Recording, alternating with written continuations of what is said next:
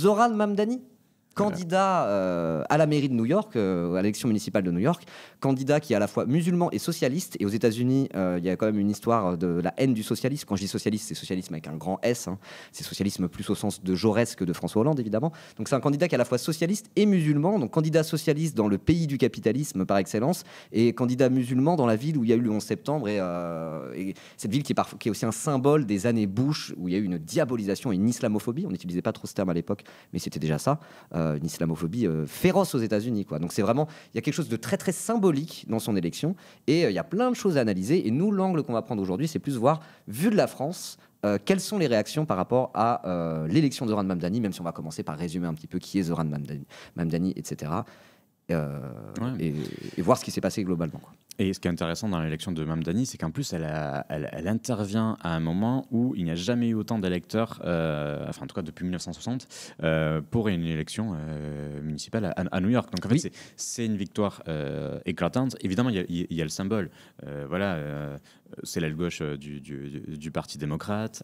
Ce zoom me fait marrer. C'est l'aile gauche du Parti démocrate. Il a axé sa campagne aussi sur des éléments très concrets de la vie quotidienne. Services publics, pouvoir d'achat, etc. Transport public, va y revenir. Encadrement de l'immobilier. Exactement. Et en fait, il a réussi à mobiliser autour de ça, à partir d'une force militante très importante aussi, et un retour aux sources aussi, en termes d'action et de méthode militante, c'est-à-dire tout simplement tractage, porte à porte, on va voir les gens, on va les écouter à l'ancienne. Et alors après on va pouvoir parler de la question des primaires, des thèmes mis en avant, de l'opposition à l'establishment aussi du Parti démocrate, et aussi l'action des milliardaires aussi, parce que les milliardaires se sont largement mobilisés pour essayer de pousser, ils sont ligués carrément contre Mamdani, c'est impressionnant. Exactement, en essayant de soutenir le candidat dissident démocrate, donc indépendant Cuomo, en déboursant des millions pour sa campagne. Et ça n'a pas marché. Donc en fait, c'est une vraie victoire de la base, une vraie victoire du peuple, je pense qu'on peut le dire. Et une victoire du socialisme américain, comme on le disait au début, dans un pays où le socialisme, c'est vraiment... il suffit de regarder, hein, là, on la remonte parce qu'elle est vraiment absolument incroyable, cette une du New York Post. Donc je le rappelle, ça c'est un journal de droite. The New York Post, c'est un journal vraiment de droite, conservatrice, libérale, tout ce que vous voulez. Donc c'est pour diaboliser. Hein. Ça se voit pas forcément, mais c'est pour diaboliser Zoran Mamdani qu'ils ont fait cette une. Et donc c'est quand même, c'est un socialiste à la mairie de New York, tout ça c'est assez impressionnant, et on pourrait peut-être commencer par là, rappeler un petit peu ce que c'est que le socialisme américain, est-ce que ça existe vraiment, sachant que tu parlais d'aile gauche du Parti démocrate, et effectivement dans le cadre des élections, dans tous les cas, même quelqu'un qui n'est pas au Parti démocrate, s'il est de gauche, doit passer par le Parti démocrate. C'est notamment ce qu'on a vu avec Bernie Sanders, là, qui était candidat malheureux à la primaire face à Joe Biden. Bernie Sanders vient d'un parti qui s'appelle le DSA, Democratic Socialists of America, les socialistes démocratiques des États-Unis. Alors attention, ça ne veut pas dire les SOSDEM, ça veut dire les socialistes, mais ils rajoutent démocratique derrière pour ne pas passer pour de dangereux staliniens, parce qu'on est aux États-Unis et socialiste, c'est une insulte là-bas, quoi. Et donc Bernie Sanders, pareil, a essayé de faire triompher, on va dire, l'aile gauche du Parti démocrate, mais en vérité, il vient de ce parti-là, DSA, ce qui lui fait un point commun avec Zoran Mamdani, qui lui aussi, en vérité, est dans le parti DSA, Democratic Socialist of America. Et donc là, c'était le candidat démocrate, mais en vérité, c'est une victoire pour le DSA, le parti de Bernie Sanders. C'est aussi le parti d'Alexandria Ocasio-Cortez, une autre New-Yorkaise jeune et stylée qui avait pas mal défrayé la chronique il y a quelques années, en étant notamment socialiste et cool, ce qui lui fait 2 points communs avec Zoran Mamdani.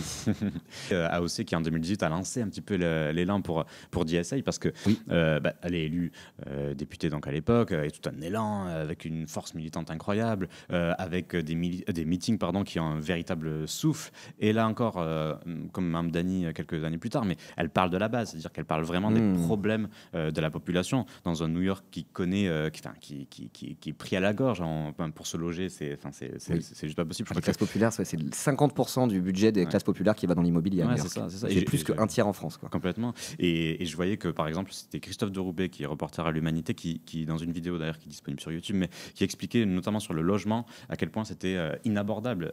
C'est par exemple pour un T2 de $2500. Alors après, les salaires sont plus haut là-bas. Mais imaginez un petit peu voilà. Et ça explique aussi pourquoi Mamdani a axé sa campagne sur rendre la ville abordable à nouveau. Et c'était déjà un axe utilisé par AOC à l'époque, qui avait poussé... AOC, c'est Alexandria Ocasio-Cortez, à ne pas confondre avec Amélie Oudéa-Castéra, notre AOC française qui est un peu moins cool. Oui, un peu moins cool, un peu moins socialiste aussi, oui. légèrement. et donc voilà, qui lançait cet élan pour DSA. Et d'ailleurs, à l'époque, ça avait déjà fait rugir de fureur l'establishment du Parti démocrate, parce qu'en fait, c'était un coup de barre à gauche. Alors après, coup de barre à gauche, on s'entend, on est aux États-Unis, on est loin de... voilà, on n'a pas du tout envie d'exproprier les moyens de production, mais malgré tout, par rapport à l'identité originelle du Parti démocrate, on se rapproche un petit peu plus d'une social-démocratie plus redistributive, disons, ce qui n'est pas vraiment l'ADN originel du Parti démocrate. Non, ça c'est sûr. Alors oui, alors pour ceux qui ne connaissent pas très bien la politique américaine, souvent on parle d'establishment du Parti démocrate, parce que comme c'est un système globalement bipartiste, les États-Unis, c'est toujours républicain, le Grand Old Party, comme on dit, le GOP. Républicain qui est le parti de droite conservatrice, le parti de George Bush et de Trump évidemment, et de l'autre côté c'est le parti démocrate, donc la gauche entre guillemets américaine, qui est pas très de gauche, surtout quand on parle de l'establishment démocrate, qui est la partie des démocrates qui est vaguement progressiste on va dire, mais qui est surtout soutenue par tout un tas de milliardaires. On prend les milliardaires américains, il y en a presque peut-être la moitié en finale qui soutiennent parfois aussi le parti démocrate, donc c'est pas vraiment un parti de gauche sur les questions économiques, en tout cas pas du tout, même si le bipartisme américain fait qu'il y a not all démocrates on va dire, il y a quand même une aile gauche du Parti démocrate, il y a une contestation en interne de ce qu'on appelle justement l'establishment démocrate. Et voilà, Zoran Mamdani, AOC, Bernie Sanders, comme on en parlait, même s'ils sont au DSA, en tout cas, ils ont soit ce rôle de être une autre voie que le Parti démocrate aux États-Unis, mais aussi de, on va dire, pousser vers la gauche le Parti démocrate aux États-Unis. Ouais, c'est ça. Et puis, ce qui est intéressant à noter c'est que ce fameux establishment que tu as bien décrit, il a aussi essayé d'éradiquer en fait, DSA après la victoire de Ocasio-Cortez, peu à peu, quand DSA prenait de plus en plus d'élan. Et d'ampleur, et c'est ce qui lui a donné de la force en fait, finalement, c'est ce qui lui a donné de la force, parce que dans un moment où la population, les classes populaires et les classes moyennes ont du mal à vivre, de voir cet establishment et ces milliardaires se mobiliser contre des candidats qui vantent, enfin en tout cas qui portent leurs revendications entre guillemets très simples, c'est en fait simplement vivre dignement. En fait ça crée une espèce d'élan de mobilisation, un élan de mobilisation qui comment dire, qui a parfaitement été repris et poursuivi par Mamdani pendant cette campagne. Je vais encore citer le travail de Christophe Deroubet, qui est reporter à l'Humanité, mais parce qu'en fait je trouve qu'il traite d'abord, pour moi c'est un des meilleurs spécialistes, on va le dire parce que nos confrères ne le disent pas, mais un des meilleurs spécialistes des États-Unis. Et puis il est allé sur le terrain, et il y a un reportage hyper intéressant que vous pouvez trouver sur le site de l'UMA, où en fait il explique comment ils font campagne. Et en fait, alors d'abord il portait des propositions très simples, gel des loyers, bus rapide et gratuit, garde d'enfants universelle, enfin voilà, c'est pro service public, et sur le terrain donc il y avait une campagne massive de porte-à-porte, avec des tracts, par exemple, dans les différentes langues. C'est-à-dire qu'en fait, Mamdani a compris et accepté que la société new-yorkaise est multiculturelle, qu'il faut jouer là-dessus, qu'il faut aller les écouter, qu'il faut aller parler leur langue, dans le sens langage, comme dans le sens... dans les deux sens du terme. Voilà, dans le sens proposition, entendre ce qu'ils vivent, etc. Et à partir de là, s'inspirer de la base pour proposer une alternative, et pas faire l'inverse, pas aller se tourner vers les gens en leur disant écoutez, moi je suis différent, voilà ce qu'on vous propose. Non, c'est un cheminement inverse. Et ça paraît basique, mais en fait quelque part c'est presque révolutionnaire pour le Parti démocrate. Et c'est ce qui explique cet immense succès et cette mobilisation massive. D'abord mobilisation militante, 50 000 militants quand même qui étaient mobilisés sur le terrain. Ils ont annoncé le chiffre de plusieurs millions de portes auxquelles ils ont été toqués. Vraiment, ils ont fait la stat du nombre de portes à porte qu'ils ont fait. Ils étaient objectif 1 million de portes à laquelle on va les toquer. Ok, maintenant on fait 1 500 000, 2 millions, et je crois, il me semble que c'est monté. Ils ont fait tout un communiqué pour dire nous avons toqué à 3 millions de portes différentes. Et c'est comme ça qu'on gagne une campagne, souvent. Même en France, pareil, au moment du NFP, si le NFP a fait des bons résultats, c'est aussi qu'il y a eu une belle campagne derrière avec tout un tas de militants qui se sont dit pour l'occasion l'heure est grave, on va aller faire du porte-à-porte, du tractage, coller des affiches. C'est la politique, quand on veut gagner, il faut des militants sur le terrain qui vont parler parler aux gens, quoi, tout simplement. Complètement. Et c'est intéressant parce qu'il y a aussi des moyens techniques qui ont été mobilisés. Je ne sais plus dans quel papier je lisais ça, je crois que c'est dans le Monde Diplo, je ne sais plus, mais qui expliquait qu'en gros, ils avaient mis en place une application qui recensait le nombre de. Enfin, quelles portes ont été frappées, les revendications qui étaient portées, ce qui avait été entendu, etc. etc. Enfin, en fait, ça crée une espèce de base de données. Alors en France, c'est difficilement applicable parce qu'il y a la question des protections des données, etc. Mais il y avait une mobilisation générale, mobilisation humaine, mobilisation technique, mobilisation politique et revendicative. Et donc, en fait, il n'y a rien de mieux pour créer un raz-de-marée. Oui, c'est ce qu'on a vu. Alors, il y a autre chose aussi qui a peut-être participé à ce raz-de-marée Zamdani, qu'on pourrait résumer en une seule phrase. Zoran Mamdani est cool.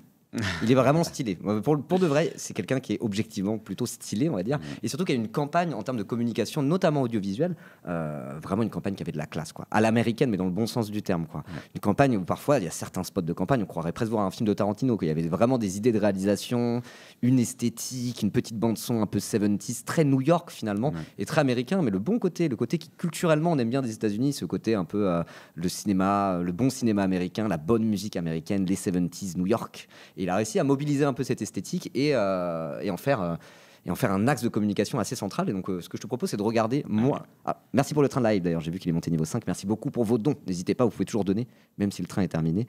Donc, ce que je te propose, c'est regarder moi, personnellement, de tous les petits spots et de tous les petits spots de campagne qu'il a pu faire. Zoran Mamdani, c'est mon préféré. Donc, c'était pour annoncer une chasse au trésor à New York. Donc c'était en août dernier. Il a vraiment organisé une chasse au trésor que tous les New-Yorkais pouvaient faire. C'était une très bonne idée parce que le principe c'était de dire vous pouvez faire cette chasse au trésor uniquement en utilisant des transports gratuits et des transports en commun. Vous n'avez pas besoin d'appeler un taxi ou quoi que ce soit. C'est ouvert à tous les New-Yorkais. Vous pouvez le faire en vélo, vous pouvez le faire en métro. Voilà, une scavenger hunt, on appelle ça comme ça en anglais. Donc alors bon, on va pas traduire en direct. C'est en anglais. Je suis pas sûr qu'il y ait des sous-titres. En tout cas, il n'y a pas de sous-titres français. Mais juste regardez les images, écoutez la musique, regardez le grain d'image. Et franchement, je trouve que c'est assez impressionnant, quoi. C'est vraiment assez impressionnant. Hello, my friends. I have to come clean. I have something to hide. Many things, in fact, because we're doing a scavenger hunt. No. Actually, we are doing a scavenger hunt across New York City tomorrow, Sunday, August 24th, starting at 2 p.m.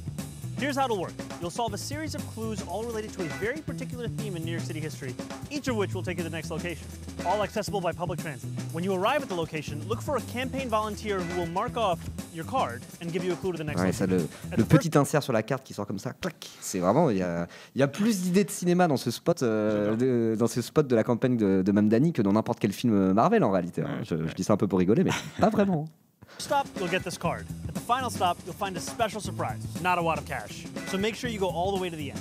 But don't take too long. You need to get to the final location between 5:30 and 7 p.m. Stay tuned for the first clue in a video tomorrow morning. Figure out the location and meet us there at 2 p.m. on Sunday to get your card and start the hunt. I'll see you tomorrow with the first clue. Et le détail à la fin, comme au début on voyait des chips laissés traîner par terre, ils ont décidé de montrer à la fin du spot qu'ils vont quand même ramasser les chips pour pas laisser la ville dégueulasse et le mettre en plus dans un sac en papier et pas un sac en plastique. Vraiment le souci du détail, le spot est millimétré et avec aussi cette esthétique, toute cette typo. Je crois que ça s'inspire un petit peu des commerces, je crois que c'est l'esthétique bodega, on appelle ça à New York. Oui, donc ça s'inspire cette esthétique là. Encore une fois, c'est vraiment extrêmement américain mais plutôt dans le bon sens du terme d'un point de vue esthétique et très très très très new-yorkais, quoi.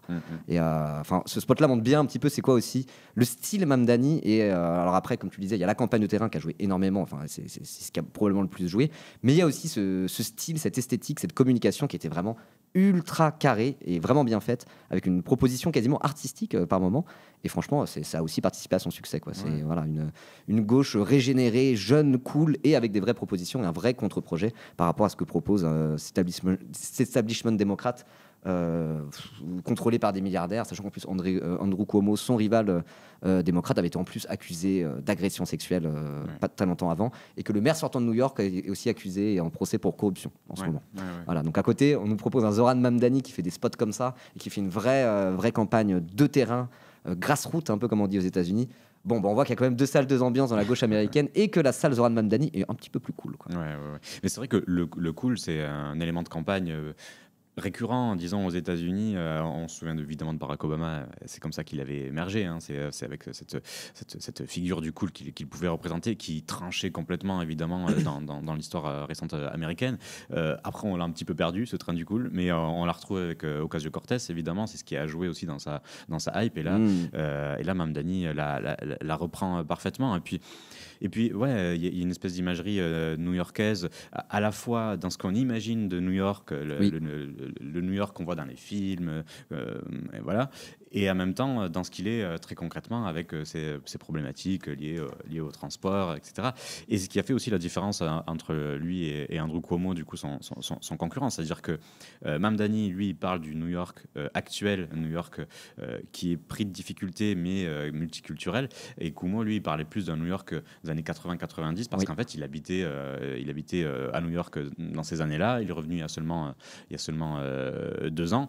Et donc, en fait, il y a cette, comment dire, il y a cette balance-là entre le cool et quelque chose d'assez authentique en fait, et quelque chose, et en plus tout cela n'est pas mimé, c'est d'un naturel assez fou, parce que on en a, notamment en France, des candidats, des personnalités politiques qui essaient de la jouer cool, mais il y a un côté tellement faux qu'on est un petit peu mal à l'aise. Voilà, là, on dit on va faire terroir, par exemple.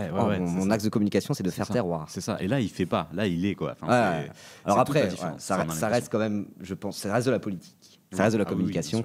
Et je trouve pas que c'est du théâtre. Moi, je dis ça, j'adore Zoran Mamdani. Mais c'est aussi quelqu'un qui sait être un bon communicant. Il a toujours le petit sourire aux lèvres, toujours bien toujours bien présenté. Donc il y a aussi ça. Mais c'est vrai que ça fait pas fake, pour une simple et bonne raison, c'est que ce n'est pas fake. Et quand on regarde d'ailleurs un petit peu ce que faisait Zoran Mamdani avant de se lancer en politique à ce point, il a toujours été militant, il a toujours été en politique, mais pas de manière professionnelle. Il a fait des clips de rap dans New York. C'était pas pour préparer sa campagne 10 ans en avance, quoi. Il a joué au Niégué Festival. Alors ça, j'ai appris ça ce matin sur Instagram. Voilà, j'en ai parlé avec une amie qui est peut-être sur le chat, Pépita. Moi, pour le dire, c'est un festival que j'ai fait à Bordeaux cet été. C'est un festival de musique électronique et afro, en gros. Et en 2016, je crois, quelque chose comme ça, Zoran Mamdani, actuel maire de New York, a joué en tant que rappeur au Niégué Festival, pas en France. Mais enfin, c'est vraiment, ça sort pas de nulle part, quoi. Il est vraiment, il y a une sincérité là-dedans, même si ça reste les États-Unis et de la communication politique, certes, mais c'est assez sincère. Et en tout cas, voilà, je voulais juste montrer l'esthétique, la fameuse esthétique bodega de New York, ce genre de devanture. Voilà, c'est un peu ce qu'on voit là. Et effectivement, ça rappelle ça, la DA, on va dire, de Zoran Mamdani. On voit très clairement la filiation. Ouais, et puis il y a une sorte de, en même temps, pour reprendre les macronistes, entre cette imagerie très, très classique et en même temps une modernité folle. Donc en fait, il y a la volonté de reprendre un petit peu dans les racines, dans les sources de la vie new-yorkaise, les ingrédients du futur. Je sais pas, il y a quelque chose, il y a tout un ensemble de messages cachés, je trouve, dans ce genre de spot qui se veut pas drôle, mais en tout cas, on sourit devant, on est forcément, ça dépend de notre bord politique, mais charmé, en tout cas. On en parlera après, il y en a qui ne sont pas charmés pour le coup. Mais en tout cas, il y a pas mal de messages politiques, l'air de rien, alors qu'on a l'impression de regarder du divertissement. Mais c'est pas du tout ça, c'est plus complexe que ça. C'est que c'est bien fait finalement, c'est que c'est bien fait. Et du coup, justement, et là on va parler plutôt on va commencer à parler de la France et tout ça, vu de la France. Et justement, comme c'est bien fait, évidemment que ça inspire tout un tas de gens. Et moi, je te propose de commencer justement en parlant un petit peu de l'aspect esthétique de Zoran Mamdani, qui quand même est assez important, en montrant quelqu'un qui s'inspire de Zoran Mamdani. Enfin moi, il me semble en tout cas qu'on sent un petit peu une filiation. C'est Louis Boyard. Lui aussi, c'est un jeune gauchiste, mais français cette fois-ci. Et donc là, on va regarder ce petit Reels Instagram. Alors d'habitude, on regarde pas trop les trucs Instagram, mais là, je l'ai pas trouvé ailleurs en format horizontal. Et on sent un petit peu, c'est pas tout à fait pareil, mais c'est presque comme s'il faisait un petit peu du Mamdani à la française. Alors j'espère que c'est le bon extrait, il y en avait 2. Notamment au niveau de la musique, écoutez la petite musique qu'il a mis, la petite ligne de basse. Si pour vous ça c'est pas un hommage à la campagne de Mamdani, je sais pas ce que c'est, quoi. Oh, j'ai oublié de mettre la scène, sinon c'est bon. Nouveau Premier ministre, Macron vient de toucher les 17% de popularité jamais atteints dans l'histoire. Et le peuple a raison d'en avoir marre. L'hôpital est en train de s'effondrer parce qu'il n'a pas les budgets. L'éducation ne tourne plus parce qu'elle n'a pas les moyens. L'inflation rend la vie des gens impossible. Et pour le réchauffement climatique, voilà. Le capitalisme, c'est ça. Le peuple qui travaille pour un salaire qui permet à peine de vivre et les grandes fortunes qui s'en mettent plein les poches. Si depuis que Macron est président, les conditions de vie se sont dégradées, c'est pas parce que l'argent s'est envolé comme par magie. Depuis 7 ans, plus d'1 million de personnes ont basculé vers la pauvreté, alors que les richesses des grandes fortunes ont doublé. Alors oui, le nouveau Premier ministre a annoncé qu'il renonçait à supprimer... de changer d'endroit à chaque, pas à chaque phrase, mais à chaque paragraphe, on va dire, avec des changements de valeur au niveau des plans. Un coup, il se met assis ici, l'autre coup, il est debout. C'est vraiment, on sent un petit peu l'inspiration Mamdani, sachant que ça a été fait il y a 6 semaines. Donc voilà, on était déjà en pleine Zoran Mania, on pourrait dire. 2 jours fériés. Mais ça, c'est l'arbre qui cache la forêt. Voici la liste de tout. Juste par contre, il y a des petits effets, des petites emojis et des petites stock images. Donc moi, je trouve que c'est moins bien quand même. Voilà. Oui, c'est un peu plus cheap. Mais c'est un peu plus cheap. Mais après, voilà, bon, le cinéma hollywoodien, est-ce que la France est à la hauteur? Là, c'est un peu le même débat qui se dit. Oui, il y a certains trucs sur l'artistique où quand même New York, ils nous mettent un peu une branlée. Faut dire ce qu'il y a, mais c'est pas, j'ai pas ça pour critiquer Louis Boyard spécifiquement. Mais on sent l'affiliation en tout cas, c'est amusant. les mesures du budget de Bayrou sur lequel il n'a pas encore renoncé.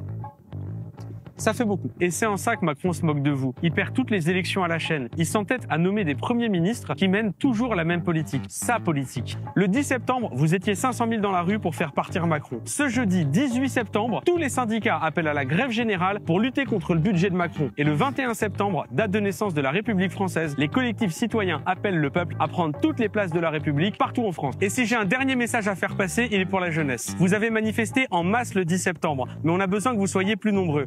Bon, du coup, ouais, c'était pour la manif du 10 septembre, c'est un peu hors d'actualité maintenant, mais c'était juste pour regarder le format, quoi. La démocratie, les services publics, le réchauffement climatique, le partage des richesses, le glissement raciste qui est en train de prendre la France, tout ça, ça vous concerne. Alors il est temps de prendre notre avenir en main, il est temps de faire partir Macron.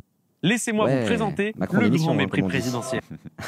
Non, mais c'est vrai qu'il y a une vraie filiation. Enfin, une volonté de copier. Alors, tout à l'heure, on parlait du cool. Là, clairement, il y a une volonté de se montrer cool. Je voyais dans le chat, on parlait de jeune washing par rapport au basket. Les baskets avec ce costume. C'est vrai qu'il y a un peu de ça. Il est jeune pour de vrai, Louis Boyard. Il est jeune pour de vrai, mais voilà, c'est vrai qu'il y a une volonté de surjouer la cool attitude, on va dire, pour faire le vieux boomer. mais voilà, assis d'une certaine façon. Enfin, en tout cas, on sort un petit peu des cadres. Ouais. Là, par contre, la différence avec Mamdani, on en parlait tout à l'heure sur le fait d'avoir l'air sincère, etc. Je dis pas qu'il est pas sincère, mais on sent que y a une DA, on essaie de s'y coller. Enfin, il y a une part de jeu, quoi. Enfin, on sent qu'il est pas totalement à l'aise dans ce costume, alors que Mamdani, il crève moins l'écran. C'est ça. Mais c'est vrai qu'en tout cas, il y a une filiation. Et là, je voyais quelqu'un dans le chat tout à l'heure, j'ai perdu le message, dire mais est-ce que c'est vraiment l'effet Mamdani ou est-ce que c'est pas juste la manière actuelle de communiquer sur les réseaux sociaux? Et je dirais non, il y a un effet Mamdani. Quand on regarde aussi parfois, parce que j'ai regardé un peu sur d'autres trucs sur la page Instagram de Louis Boyard, il y en avait, c'était des formats un peu différents. C'était plus des formats avec beaucoup de cuts, les sous-titres un peu à la TikTok qui surgissent comme ça sur l'écran. Parfois limite des petits funk edits. Pensez un peu le style Glupatate pour ceux qui connaissent. Je pense que beaucoup se connaissent sur le chat.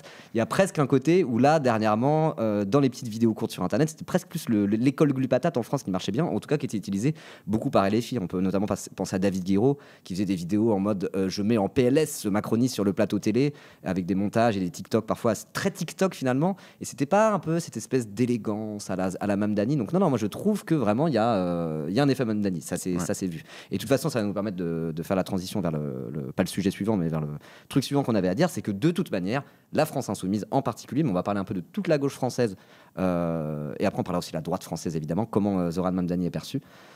Mais LFI assume totalement le fait d'être derrière Mamdani et se présente même parfois comme étant un peu les Mamdani français, ou Mamdani comme étant l'équivalent de LFI là-bas, à tort ou à raison. Je pense que voilà, faut faire gaffe avec les comparaisons parce qu'on parle de la municipale de New York aux États-Unis et d'un parti à velléité nationale en France, donc faut faire attention avec ces comparaisons. Mais en tout cas, LFI assume totalement.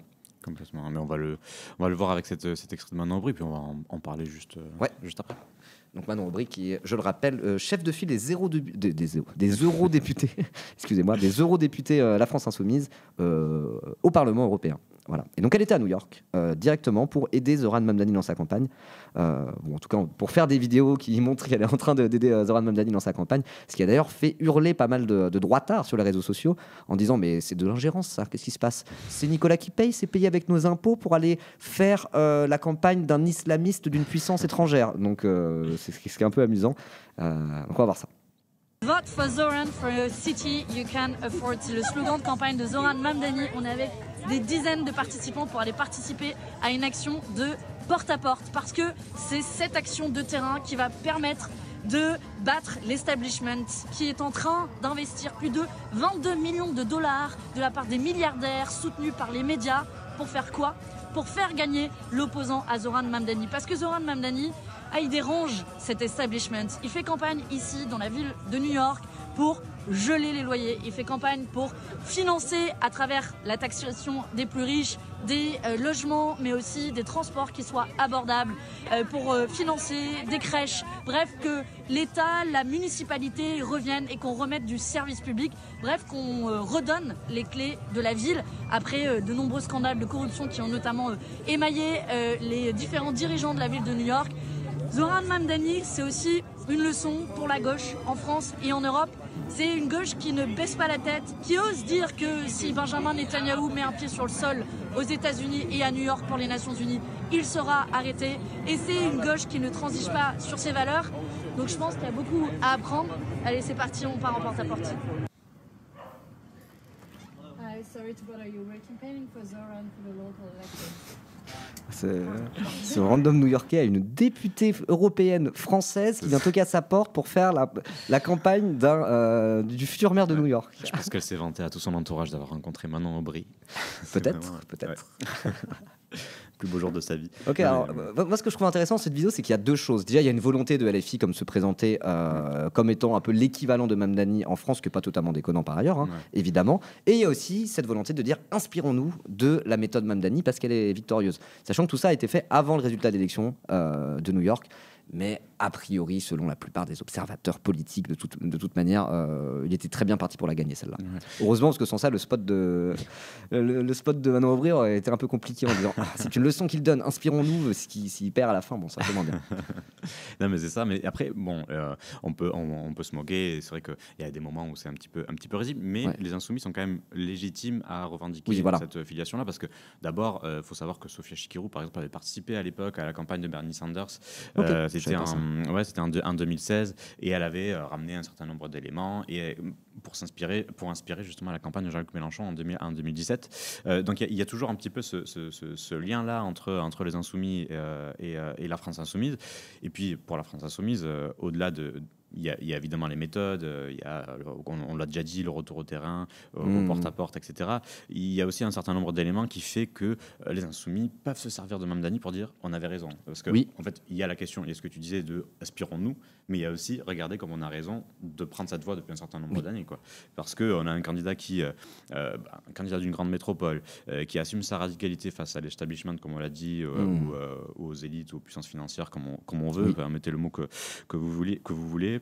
Qui assume l'antiracisme, qui est issu du camp post. Je crois que c'est son lui-même qui a fait des études post-coloniales à l'université. Donc il vient vraiment du milieu anticolonial, donc post-colonial plus précisément. Alors après, il y a des nuances décoloniales, post-coloniales. Mais dans tous les cas, tout ça, c'est la sphère de l'anticolonialisme avec un discours notamment sur la Palestine, mais pas que, solide. C'est ça, et qui n'a pas peur de prendre certaines positions, notamment pro-palestiniennes, critique du gouvernement de Benjamin Netanyahou, qui assume sa radicalité, le tout en parlant aussi de questions du quotidien. On l'a déjà largement dit sur les services publics, sur les loyers, sur les transports, etc. Bref, c'est une gauche qui s'assume, c'est une gauche radicale et qui arrive, en faisant ça, à réunir les classes populaires, toutes les classes populaires, et donc à aller chercher aussi beaucoup d'abstentionnistes, donc jusqu'à gonfler le nombre de participants à une élection. Et donc en fait, c'est comme ça qu'ils gagnent. C'est pas en répondant à la doxa libérale, pro-business américaine, et surtout à New York en plus. Enfin voilà, New York qui est quand même. Merci PEMF pour le raid, merci beaucoup. Merci. Voilà, surtout à New York. Et en faisant ça, avec ce discours populaire, il arrive à réunir les masses. Donc en fait, c'est un petit peu le parti pris des Insoumis depuis un certain temps. C'est se tourner vers les classes populaires. Vers les abstentionnistes. Les abstentionnistes. Les Insoumis parlent de Nouvelle-France. Mamdani, je ne pense pas qu'il parle de Nouveau New York, mais il y a un côté c'est différent. Parce que New York, c'est déjà une ville de migration à la base. Et justement, dans son discours de victoire qu'il a fait ce matin avec le décalage horaire, il a dit, je ne sais plus exactement, il a dit quelque chose de l'ordre de New York est une ville qui a été faite par des migrants, pour des migrants, c'est une ville de migration. Moi, je suis un migrant. Alors, sachant qu'il n'est pas né aux États-Unis, il est né en Ouganda de parents indiens, si je ne dis pas de bêtises, Zoran Mamdani.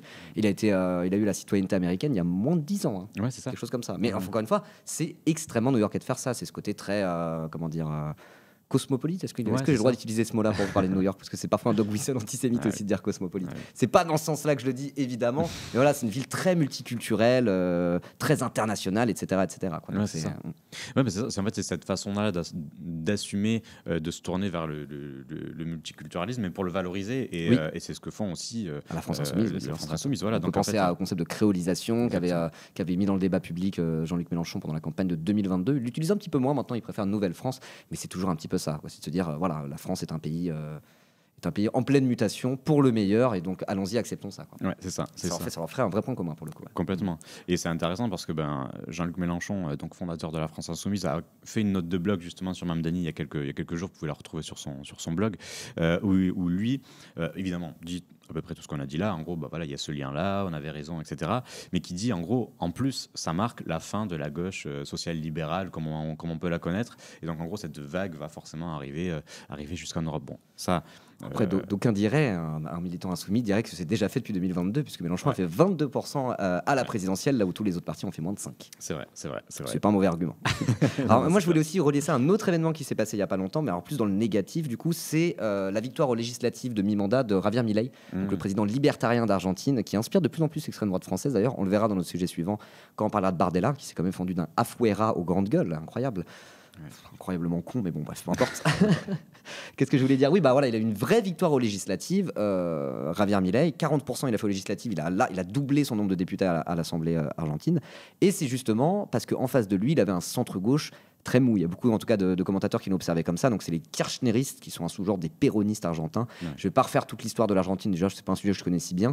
Mais en gros, les péronistes, c'est vraiment une mouvance assez large, assez centriste, qui était au pouvoir depuis une vingtaine d'années. Et les kirchneristes, c'est une variante, en gros, des péronistes qui sont vraiment de centre-gauche, mais de centre-centre-gauche, quoi.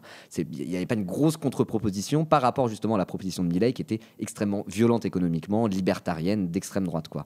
Et force est de constater que, sans avoir de contre-proposition forte au niveau du fond, Javier Milei a progressé en Argentine, quoi. Oui. Donc du coup, déjà, la France insoumise, mais pas que, pas mal de gens dans la gauche française disaient, voilà encore l'illustration que pour vaincre l'extrême droite, il faut une vraie contre-proposition forte et des sujets de fond, et pas juste être dans cette espèce de quête de respectabilité en se disant non, il faut être pas trop à gauche parce que sans ça, on va perdre les centristes, quoi. Ouais, c'est ça.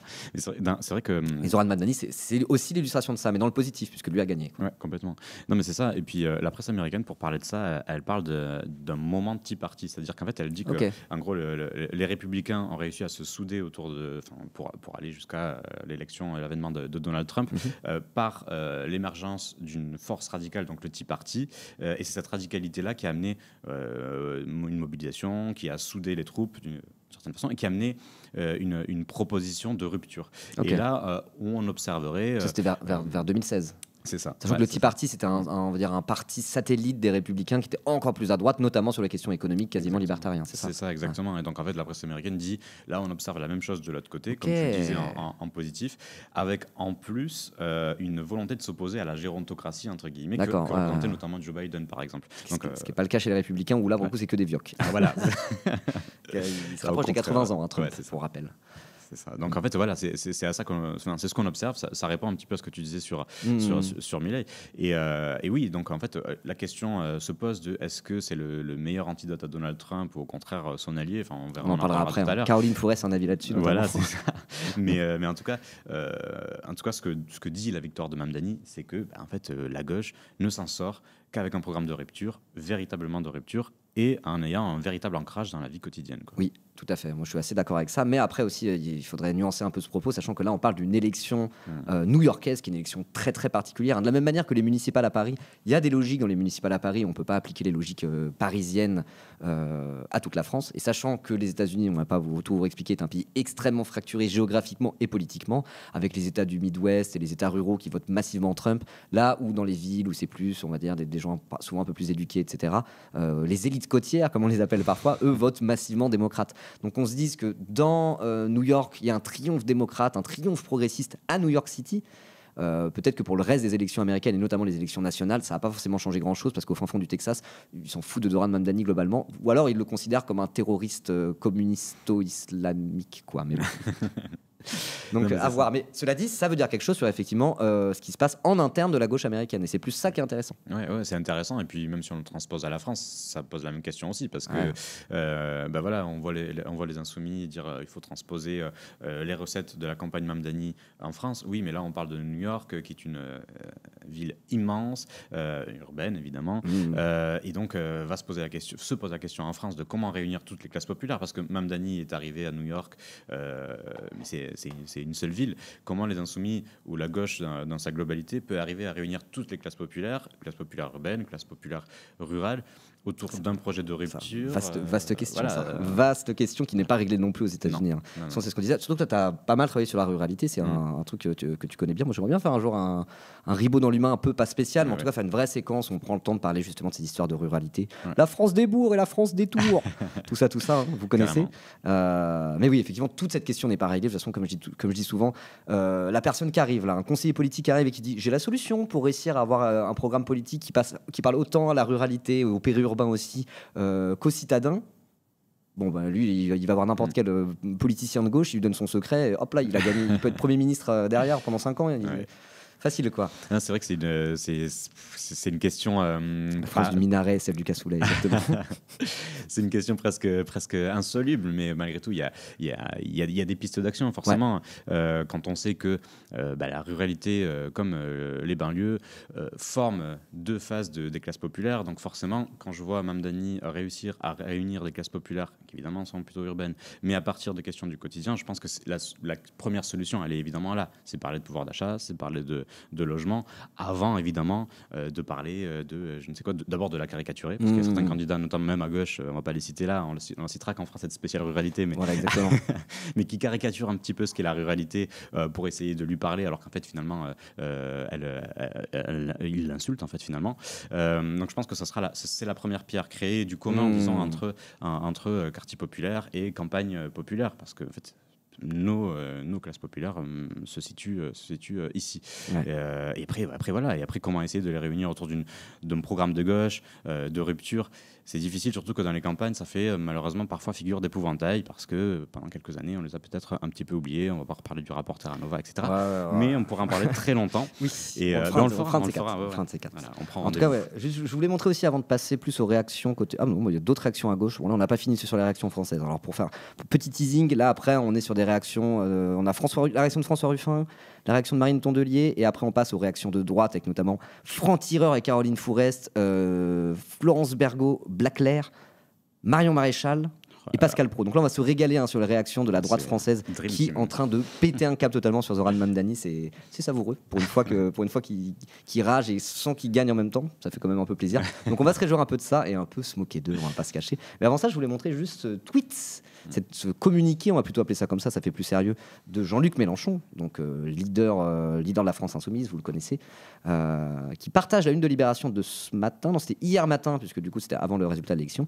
Élection à New York, Zoran Mamdani, antidote anti-Trump. Et donc du coup LFI qui se présente, pour toutes les raisons qu'on vient d'expliquer, ils ont vraiment des raisons de le dire, comme étant l'équivalent du DSA américain ou de Mamdani en France. Jean-Luc Mélenchon du coup pointe un 2 poids 2 mesures de la part de Libération, qui aime bien la gauche radicale quand elle serait aux États-Unis et qui n'aime pas la gauche radicale quand elle est en France, sous-entendu LFI. Donc il a tweeté, il a dit la gauche radicale est l'antidote à Trump à New York, mais le péril populiste à Paris. Zoran Mamdani est la solution là-bas, ici ce serait le problème. Même gauche, 2 traitements médiatiques. Sur place aussi, les ralliés de la 25e heure adorent ce qu'ils ont d'abord brûlé. Donc Jean-Luc Mélenchon qui il va pas dans la dentelle pour ça. Il dit voilà, nous on est l'équivalent de Mamdani. Libération et tous ces gratte-papiers là, ils font que me diaboliser, etc., etc. Mais bon, il y a quand même un peu de pertinence là-dedans pour toi ou pas? Ou alors on fait les journalistes corpo et on critique pas l'idée? Ah non, surtout pas. Non, c'est évidemment plutôt pertinent. Alors après, bon, il y a toujours un petit peu d'excès à la Mélenchon, comme toujours. Ouais. Alors, quand il parle des journalistes, il aime bien y aller. Il va pas que le dos de la cuillère. Mais non, forcément, c'est vrai que Mamdani, oui, on peut le qualifier de candidat populiste, mais au bon sens du terme. C'est-à-dire que voilà, c'est ce qu'on disait sur le fait de partir de la base et de proposer un projet à partir de ça. Donc en fait, on part des aspirations du peuple pour créer un programme populaire et le porter sur le devant de la scène en disant je suis le candidat du peuple et ce n'est pas un gros mot, il faut me traiter de populiste, j'en ai rien à faire, j'assume ma radicalité. Ça c'est quelque chose que porte plutôt Jean-Luc Mélenchon, pas seulement, c'est pas le seul évidemment à gauche, mais c'est vrai que des médias mainstream, on va dire français, aiment critiquer Jean-Luc Mélenchon pour son populisme, là cette fois dans le mauvais sens du terme, c'est-à-dire ce serait parce qu'il flatterait les bas instincts. Évidemment, c'est pas moi qui le dis, je paraphrase. Il flatterait les bas instincts et il proposerait certaines propositions qui seraient irréalisables. Tout ça parce qu'il veut s'adresser à un public.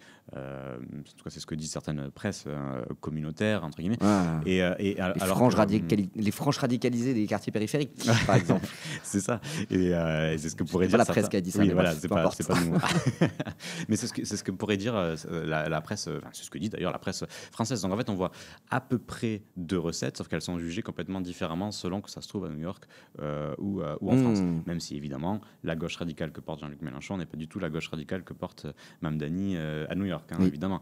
Mais pourtant, ils sont diabolisés de la même manière. Quand on voit comment, par exemple, on va en parler après, comment on voit la droite, et notamment la droite raciste et islamophobe, s'attaque à Zoran Mamdani, c'est les mêmes personnes avec le même discours que quand la droite islamophobe et raciste s'attaque à Jean-Luc Mélenchon, la France insoumise, ou la gauche de manière générale. Pas forcément, particulièrement LFI, mais pas forcément que. C'est vrai que de ce côté-là, l'AFP, c'est devenu tous des islamistes et des collabos du jour au lendemain, dans tous les cas. Voilà. C'est aussi peut-être qu'elle est là l'union de la gauche finalement. C'est l'accord électoral, oui, bon, se faire insulter d'islamo-collabo par les mêmes racistes, c'est peut-être ça la vraie union de la gauche réelle. Ouais, un boucle sur les antennes Bolloré, mais de toute façon, je pense qu'on va on va en parler juste après, mais avant justement, parce que là on a parlé de LFI, la réaction de LFI, mais ce qui est intéressant, c'est de voir ceux qui sont juste à la droite de LFI dans le champ politique français. Donc on va d'abord regarder François Ruffin, qui lui aussi se réapproprie entre guillemets la victoire de Zoran Mamdani, mais pour avoir un discours un petit peu différent. Et ensuite on regardera aussi le tweet de Marine Tondelier, qui amène encore un peu un autre angle, qui est aussi assez intéressant à analyser. Donc c'est parti, on va regarder Ruffin. C'est dans sa cuisine ou dans son bureau à l'Assemblée? Je sais pas. Non, c'est pas dans sa cuisine. Non, c'est pas sa cuisine. Il n'y a pas ces petits tiroirs rouges. Là. Non, c'est là dans son bureau à l'Assemblée qui nous parle de Zoran Mamdani. Et vous allez voir, c'est pas tout à fait le même discours que la France insoumise. Et il y a surtout une grosse différence. Et on va en parler. Bravo Zoran. Bravo. Zoran Mamdani qui vient de remporter l'élection dans la ville de New York. Ça amène une bulle d'air dans l'empire américain trumpiste. Tous les Trumpistes se sont mobilisés parce qu'il est né en Ouganda, parce qu'il est musulman, parce qu'il a pris parti contre la guerre menée par Israël à Gaza. Alors, première différence entre Zoran Mamdani et François Ruffin. Zoran Mamdani n'hésite pas à utiliser le terme de génocide pour décrire ce qui se passe à Gaza, là où François Ruffin, tout en félicitant Mamdani, lui, il dit guerre. Bon, voilà, encore une fois, c'est qu'on voit un petit peu les différences dans la stratégie de respectabilité, entre guillemets, par rapport à Zoran Mamdani et Ruffin, qui, là-dessus, ne sont pas tout à fait sur la même ligne. Ouais. Après, il a une casquette Palestine. Il a une casquette Palestine derrière lui. Ça équilibre. Ah, je l'ai pas vu. Ok. Et je fais comme moi qui ai mis un petit drapeau palestinien dans mon décor. Que retenir de cette victoire? Alors voilà, c'est ça qui est intéressant. Que retenir de cette victoire? La primaire. Alors moi, il me semble que c'est pas forcément ce qui est le plus déterminant dans la victoire de Mamdani, sachant que participer à une primaire démocrate, c'est la règle dans les élections américaines. On peut même pas vraiment faire autrement. Donc ramener la primaire à ce moment-là, c'est quand même un petit peu couillon, moi je trouve, non? C'est surtout que, on pourra parler après de ce que ça dit de l'utilisation d'une primaire ou pas, mais mais là pour le coup, Mamdani a participé à une primaire, c'est vrai, mais sauf qu'en fait celui qui l'a battu c'est quand même présenté. Donc est-ce que ça rend pas caduque le processus? En revanche, ce qu'on peut se dire, c'est que oui, peut-être que la primaire a permis de faire émerger un profil peu connu, il était connu, il avait une petite légitimité, mais ça a créé une hype malgré tout. Et l'opposition face à Cuomo a forcément montré à quel point Mamdani était un cool, 2 proche des gens, 3 porteurs d'un projet concret et solide. Donc en fait, il y a ce débat-là, mais bon, après la primaire, oui, je crois pas qu'elle ait apporté énormément de résultats, parce qu'en fait, son opposant était quand même là après. Présenté. Après, on pourrait dire sinon que, en tout cas, la primaire n'a pas été un obstacle à la victoire de la gauche radicale. On pourrait dire ça. Là où LFI a souvent un discours de dire les primaires, ça va nous faire perdre si on en fait une. Bon, là, on pourrait dire la primaire, en tout cas, là, n'a pas fait perdre Zoran Mamdani. Donc, on pourrait peut-être avoir un discours de dire primaire ou pas primaire, en fait, on s'en fout. Si tu as le programme gagnant, si tu as la campagne gagnante, à la fin, tu vas gagner. On pourrait aussi se dire ça, ce qui ne serait pas forcément déconnant. On peut se dire ça. Mais je ne suis pas sûr que c'est ce que va dire Ruffin. Non, je ne sais pas. Mais après, c'est vrai que sur la primaire, sur le processus de primaire en général, ce qui est intéressant, c'est que, c'est un peu ce que je disais par rapport au fait que c'était une personnalité assez peu connue qui a émergé. On se souvient, par exemple, de la primaire socialiste, c'était en quelle année? C'était en 2017. Voilà, où Benoît Hamon émerge. Enfin, on le connaissait évidemment, mais on l'imaginait pas avant ça être une figure potentiellement, avoir une figure de potentiel présidentiel. Et donc, par un élan qu'il a su créer, populaire entre guillemets, je mets des énormes guillemets parce que c'était dans le cadre du Parti socialiste post-Hollande, encore hollandisé, pour le coup, c'était quand même assez disruptif ce qu'il proposait. C'était pas Valls, quoi. C'était vraiment l'opposant à Valls, avec un programme, avec un net coup de barre à gauche par rapport à Hollande, ce qui faisait pas un programme communiste révolutionnaire à la fin non plus, mais par rapport à Hollande, force est de constater que c'était bel et bien l'aile gauche. Ouais, et puis il avait réussi à faire émerger certaines propositions, notamment le fameux revenu universel. Alors après, on peut débattre, est-ce que c'est une mesure libérale ou pas? Le débat existe, et c'est vrai qu'on pourrait faire une émission là aussi spéciale là-dessus. Mais en tout cas, la primaire a réussi à faire émerger ça, parce que sans ça, On aurait eu quoi? On aurait eu peut-être Manuel Valls, parce qu'il était Premier ministre de Hollande, donc peut-être qu'il aurait été légitime. Bernard Cazeneuve. Là, Hamon a réussi à gagner. Ça aurait peut-être splitté les voix Macron, et puis on n'aurait pas eu Macron président. On aurait eu François Fillon à la place. Oh là, ouais. On est très politique fiction. Je la politique fiction du passé, c'est encore plus déprimant que la politique fiction. Ouais, c'est ça. Est-ce que t'avais terminé, ouais. Mais ce que je te propose, en tout cas, c'est de regarder la suite de Ruffin. On va peut-être pas tout regarder, mais c'était pour parler de cette histoire de primaire. Sachant qu'en plus, je voulais juste finir rapidement sur ce que tu as dit. Effectivement, ça peut être l'occasion de faire émerger des candidats inattendus, les primaires. On peut aussi penser à la primaire écologiste de 2022, où Sandrine Rousseau a vraiment émergé médiatiquement à ce moment-là, même si elle a perdu à la fin. Elle s'est installée comme étant une figure de l'aile gauche du coup du parti écologiste, qui maintenant, comme Jean-Luc Mélenchon, et c'est ce qu'il disait dans Mediapart l'autre jour, Sandrine Rousseau dit il faut l'union autour d'une ligne de rupture, ce qui est à peu près le même discours que Mélenchon, ce qui pour les écologistes correspond vraiment à une aile gauche. Enfin bref, peu importe, mais effectivement, les primaires, ça peut permettre de faire émerger des profils inattendus. Mais je veux dire, quand on regarde la gauche française, du PS à la France insoumise, là on voit quand même ce qui se trame, quoi. Il y a des figures extrêmement identifiées, il y a deux pôles extrêmement identifiés, gauche de rupture, gauche d'accompagnement, on appelle ça comme on veut, je sais pas, vraie gauche, social-libéraux, peu importe. Donc l'utilité de faire une primaire par-dessus ça, je sais pas. Bon, voyons voir ce que Ruffin a à dire, parce qu'il a juste dit la primaire et hop là on en a parlé 10 minutes déjà. Comme quoi c'est un sujet qui fait jaser. Primaire, il a gagné une primaire et c'est la primaire qui lui a permis de renverser l'establishment démocrate incarné par le procureur général de l'État de New York, qui était en vérité un réactionnaire et qui l'a dégagé parce qu'il a réussi à mobiliser les citoyens, à mobiliser les militants contre ce candidat dans la primaire. Donc de la primaire peuvent sortir de nouvelles voix, de nouveaux visages qui renversent la table. Comme le mien. il aurait pu dire ça. Parce qu'il est candidat déclaré à cette fameuse primaire de la gauche qui est en train de prendre un peu l'eau, puisque ni LFI ni le PS veulent s'y mêler. Pour l'instant, Mais il fait partie des candidats potentiels avec Tondelier et Clémentine Autain, si je dis pas de bêtises. Et un autre écolo, mais dont j'ai plus le nom. Ah ouais, je sais pas. Il a mené une campagne populaire et populiste. Populiste, courant littéraire s'appliquant à décrire avec réalisme la vie des gens du peuple. Et lui, il a décidé de partir de la vie des gens du peuple en disant « Vous, travailleurs, travailleuses, New-Yorkais, New-Yorkaises, vous avez du mal à vivre ici, on va vous rendre la ville abordable. » C'est son thème, la ville abordable, la ville abordable, la ville abordable, qu'il a répété presque comme une obsession. Voilà, là-dessus, ça fait toujours ça avec Ruffin, quoi. Quand on parle des questions un peu stratégiques, primaire, pas primaire, machin bidule, il n'a pas grand-chose à voir avec LFI, dont il faisait encore partie il y a 1 an et demi. Mais après, quand ça parle du fond, il y a quand même plein de sujets où ça rejoint le constat qu'on dit de Manon Aubry juste avant, quoi. Ah oui, ou de Jean-Luc Mélenchon. Totalement. C'est pas pour rien que c'est un ancien mais du coup, moi, je sais pas. Moi, je trouve c'est un peu malheureux ces histoires de. On est d'accord sur le fond et pour des raisons. Enfin, après, c'est la politique pour des raisons stratégiques de pas être d'accord. C'est des vraies raisons de splitter et de prendre des formations politiques différentes. Moi, qui viens pas mal de l'extrême gauche communiste révolutionnaire, n'est-ce pas? C'était un des grands débats que j'avais avec mon ami de Lutte ouvrière qui a participé à ma formation. De me dire, mais pourquoi Lutte ouvrière, le NPA, ils font pas des candidatures communes? Parce qu'ils défendent la même chose, le communiste révolutionnaire. Et en fait, ça fait 30 ans qu'ils veulent pas se mettre ensemble pour des raisons stratégiques qui sont tout à fait légitimes, qui sont des vrais points de clivage en politique, pour de vrai. Mais quand même, c'est toujours vraiment... Enfin, il y a vraiment ce côté-là, quand on parle des Clémentine Autain, Ruffin, Corbière et compagnie, il y a toujours ce côté-là où c'est vraiment des différences surtout stratégiques. La ville abordable par les déplacements, ce sont... Là, je pense que voilà, il reste 1 minute 20 de vidéo, 1 minute 10 de vidéo, on va regarder. Je pense que là-dessus, il n'y aura rien de très différent et de commentable plus que ça, quoi. Plus gratuit. La ville abordable par les enfants, ce sont les crèches gratuites. La ville abordable en faisant tout pour baisser les loyers, parce que c'est le prix du logement, à New York comme ici, qui est le gros souci sur le pouvoir d'achat. Et c'est la primaire, et c'est cette campagne qui lui a permis de mobiliser des milliers et des milliers de militants, jusqu'à 1,5 million de portes frappées. 1,5 million de portes frappées à New York. Voilà, le terrain qui lui a permis de l'emporter. Enfin... Ok, donc là pareil, là pour le coup c'est très ruffinesque de dire le terrain, c'est ce qu'il a emporté. Et même il y a aussi quand même ce truc très... Parce que Ruffin, c'est à la fois... Il se présente comme étant l'homme de terrain par excellence et c'est aussi quelqu'un de très médiatique. Un petit peu moins maintenant. Il a un peu perdu son buzz par rapport à il y a 1 an ou 2 où vraiment il avait du buzz. Mais là-dessus, c'est vrai qu'il peut se dire moi aussi, je suis comme Mamdani, regardez, je parle du terrain tout le temps et en même temps, je suis un personnage médiatique. Donc c'est vrai que là-dessus, il est un peu légitime, on va dire, à pouvoir s'y comparer, quoi. Et sur la fin de la vidéo. Il y a une vraie différence par contre. Vas-y. Et sur la fin de la vidéo, il se compare directement en disant en gros, Mamdani était un peu le candidat reporter. Ok, d'accord. Je sais pas s'il le dit, mais il dit en gros, ça vous rappelle quelqu'un, un truc comme ça. Ok, ça vous rappelle pas moi? Il y a un peu de ça. Mais oui, après il est légitime forcément à se comparer de ce côté-là. C'est vrai que ça a toujours été celui qui a essayé d'amener une autre offre politique à partir du vécu des gens. Après, c'est une approche qui a un peu vécu, parce qu'il a fini par se caricaturer lui-même. Le fait de ramener...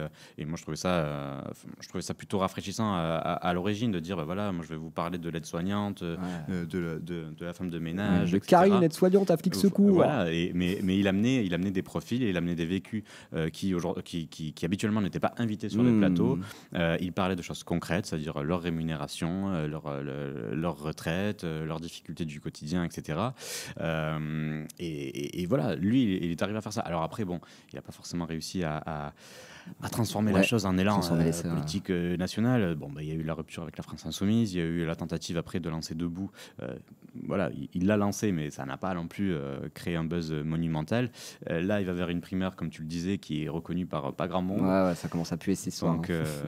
Donc voilà, mais après sur le côté approche des terrains et revendiquer le populisme, ça c'est quelque chose qu'on peut pas reprocher à François Ruffin parce que c'est la base de son engagement, clairement. Qui voit un avenir dans Ruffin sérieusement. C'est pas ce qu'on est en train de dire, mais là on est en train de juste analyser un petit peu d'où Ruffin parle et quel lien il peut faire entre lui, ce qu'il a pu accomplir en politique et ce que Zoran Mamdani a fait. Et c'est vrai que là-dessus, voilà quoi. Et c'est vrai que ce truc de mettre en avant aussi des Français, ça nous. Le prochain sujet, quand on va parler de Jordan Bardella, on va aussi parler de ça parce que Jordan Bardella a fait exactement la même chose avec son nouveau bouquin. Mais ça, on en parlera juste après. Restez bien sûr en live pour toujours plus de ribot dans l'humain. J'avais pas la fin de ma phrase. Vas-y, je te propose de regarder la fin. Effectivement, est-ce qu'il va se comparer en tant que député reporter à Zoran Mamdani? A fait le candidat reporter. Voilà. Il est allé avec son téléphone portable, avec son micro, pour interroger les gens en leur demandant qu'est-ce que c'est vos priorités, comment vous arrivez à payer votre loyer, qu'est-ce que de moi vous attendez. Et donc voilà comment on peut renverser la table. Primaire, campagne populaire, militant de terrain, candidat reporter. Juste le bémol si je me permets. On parle là de New York, on parle d'une mégalopole, on parle du cœur d'une ville multiculturelle. Et évidemment, ce qu'il y a à reconquérir aux États-Unis, ce sont les États-Unis tout entiers, le pays tout entier et pas à moitié. Mais tant mieux si là, à New York, partant de la côte Est, il y a la possibilité d'une reconquête vers l'Ouest. C'est vraiment du pur Ruffin. Il finit même avec une petite rime, une petite analogie, etc. Non, mais après, c'est pertinent ce qu'il dit à la fin. Effectivement, c'est ce qu'on disait tout à l'heure. Et je voyais dans le chat là, quelqu'un tout à l'heure dire est-ce que c'est si pertinent que ça de comparer la politique US, surtout pour une élection municipale de New York, avec la politique française? Et c'est vrai que cette question de la fracture, c'est ce qu'on disait juste avant, n'est pas réglée. Et la solution à cette fracture entre France Débours et France Détour, comme Ruffin aime à l'appeler, elle n'est pas réglée par l'élection de Zoran Mamdani. Mais vraiment, il y a des leçons à tirer, il y a des choses où on peut s'inspirer et aussi voir les limites de se calquer intégralement sur Zoran Mamdani. Ouais, mais en fait, là où on peut s'inspirer de la victoire de Mamdani, on le disait, c'est d'abord prendre une approche populiste et populaire et l'assumer tout simplement. Et c'est la seule façon quelque part de défaire le jeu des milliardaires. On voit les médias qui sont propriété le plus souvent des milliardaires. Donc ils arrivent à imposer un discours, à imposer des récits. Là-dedans, la gauche a du mal à s'en défaire, a du mal à se débattre, à créer une alternative. Et Mamdani, évidemment, il connaît ça, mais puissance 1000 aux États-Unis, à New York. Et pourtant, malgré ça, il a réussi à créer un élan entouré de la base. Et alors après, ça ne veut pas dire que forcément qu'il va réussir à réformer. On verra comment ça va se passer parce qu'évidemment, l'establishment va résister. Oui, le gouverneur, c'est la gouverneure de l'État de New York, sachant que le gouverneur de l'État de New York, c'était le poste de son concurrent Cuomo. Et là, actuellement, la gouverneure de l'État de New York fait partie de l'establishment démocrate et peut lui mettre des bâtons dans les roues dans l'application de sa politique. Même si la ville de New York, en soi, déjà en termes de budget, un immense budget proportionnellement par rapport à d'autres villes. Il y a une certaine indépendance de la mairie de New York par rapport à l'État, plus que pour d'autres grandes villes américaines. Mais quand même, si vraiment l'establishment démocrate, via la gouverneure, décide de lui mettre des bâtons dans les roues, et que Trump décide de le déchoir de sa nationalité et le déporter, par exemple, ça va être compliqué pour lui de mettre sa politique en place. Mais c'est vrai qu'il dépend moins de l'État, mais il dépend quand même de fonds fédéraux. Donc, il y a quand même des leviers pour l'empêcher de batailler, de réformer. Mais d'ailleurs, c'est ce que disait Bernie Sanders au meeting. Je ne sais plus le lieu, mais c'est là où se joue l'US Open. Et d'ailleurs, encore une fois, un reportage de Christophe de Roubaix là-dessus, mais qui dit en gros à Joe Biden, si vous voulez que Mamdani réforme, ensuite applique son programme, il va falloir une mobilisation populaire après son élection aussi forte qu'avant. Oui. Donc là aussi, tout à fait. Il y a une victoire, mais elle n'est pas totalement remportée parce que le bras de fer se poursuit. Très et ça, pareil, ça peut aussi nous donner une leçon. C'est marrant, j'en parlais ce matin de ça avec mon camarade modérateur et ami Onibaku, à qui je fais un petit shout-out. Et si jamais, on va dire Jean-Luc Mélenchon ou un autre, mais on va dire la gauche radicale, cette fameuse gauche de rupture arrivée en pouvoir, qu'est-ce qui se passerait? Est-ce qu'il n'y aurait plus rien à faire? On se tourne les pouces et puis hop là, let's go, les milliardaires et le camp du capital laissent une gauche de rupture gouverner en France? Ou est-ce que ça serait le début d'un chemin tortueux vers une amélioration de la vie concrète des Français, quoi? Et on était plutôt sur la deuxième solution et de se dire attention, ne restons pas endormis, même une victoire n'est toujours qu'une étape dans un processus. Et effectivement, la victoire de Zoran Mamdani à New York n'est qu'une étape dans un processus, de la même manière que des éventuelles victoires de la gauche en France, de la vraie gauche avec un grand G, n'est-ce pas, qu'elle soit représentée par LFI ou non, ne serait qu'une étape dans un processus qu'on n'est pas loin qu'on n'est pas prêt de voir se terminer tout de suite, quoi. Totalement, et surtout qu'en plus, je crois que si la gauche gagne, qu'elle soit insoumise, écologiste, socialiste, communiste, ce qu'on veut, c'est la véritable lutte des classes qui commence. Oui, voilà, parce que là, on va avoir des puissances financières qui vont entrer en résistance, et ce ne sera pas dans des mises en scène un peu guignolesques comme leurs manifestations, là, des grands patrons, etc. Non, là, ça va être avec leur levier économique, forcément. Oui, ça va être le FMI va mettre la France sous tutelle. Ouais, voilà. Les marchés, attention. Non, mais voilà, là, la bataille commencera, une deuxième bataille qui sera encore plus rude que la première, malheureusement. Donc, pour finir, parce que là, on va passer sur la droite, les réactions de la droite française par rapport à Zoran Mamdani, pardon. Je suis très fatigué, j'ai dormi à moins de 5 heures cette nuit.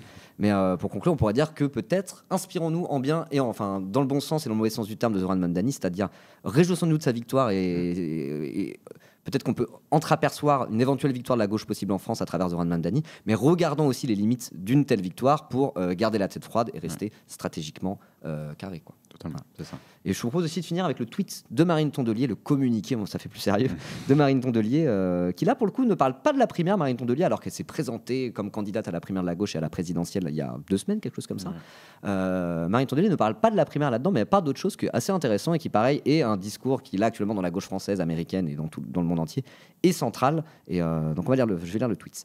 Il est né en Ouganda, il est musulman, il est écologiste et authentiquement de gauche. Et à 34 ans, Zoran Mamdani a défait le vieil establishment démocrate pour devenir le nouveau maire de New York.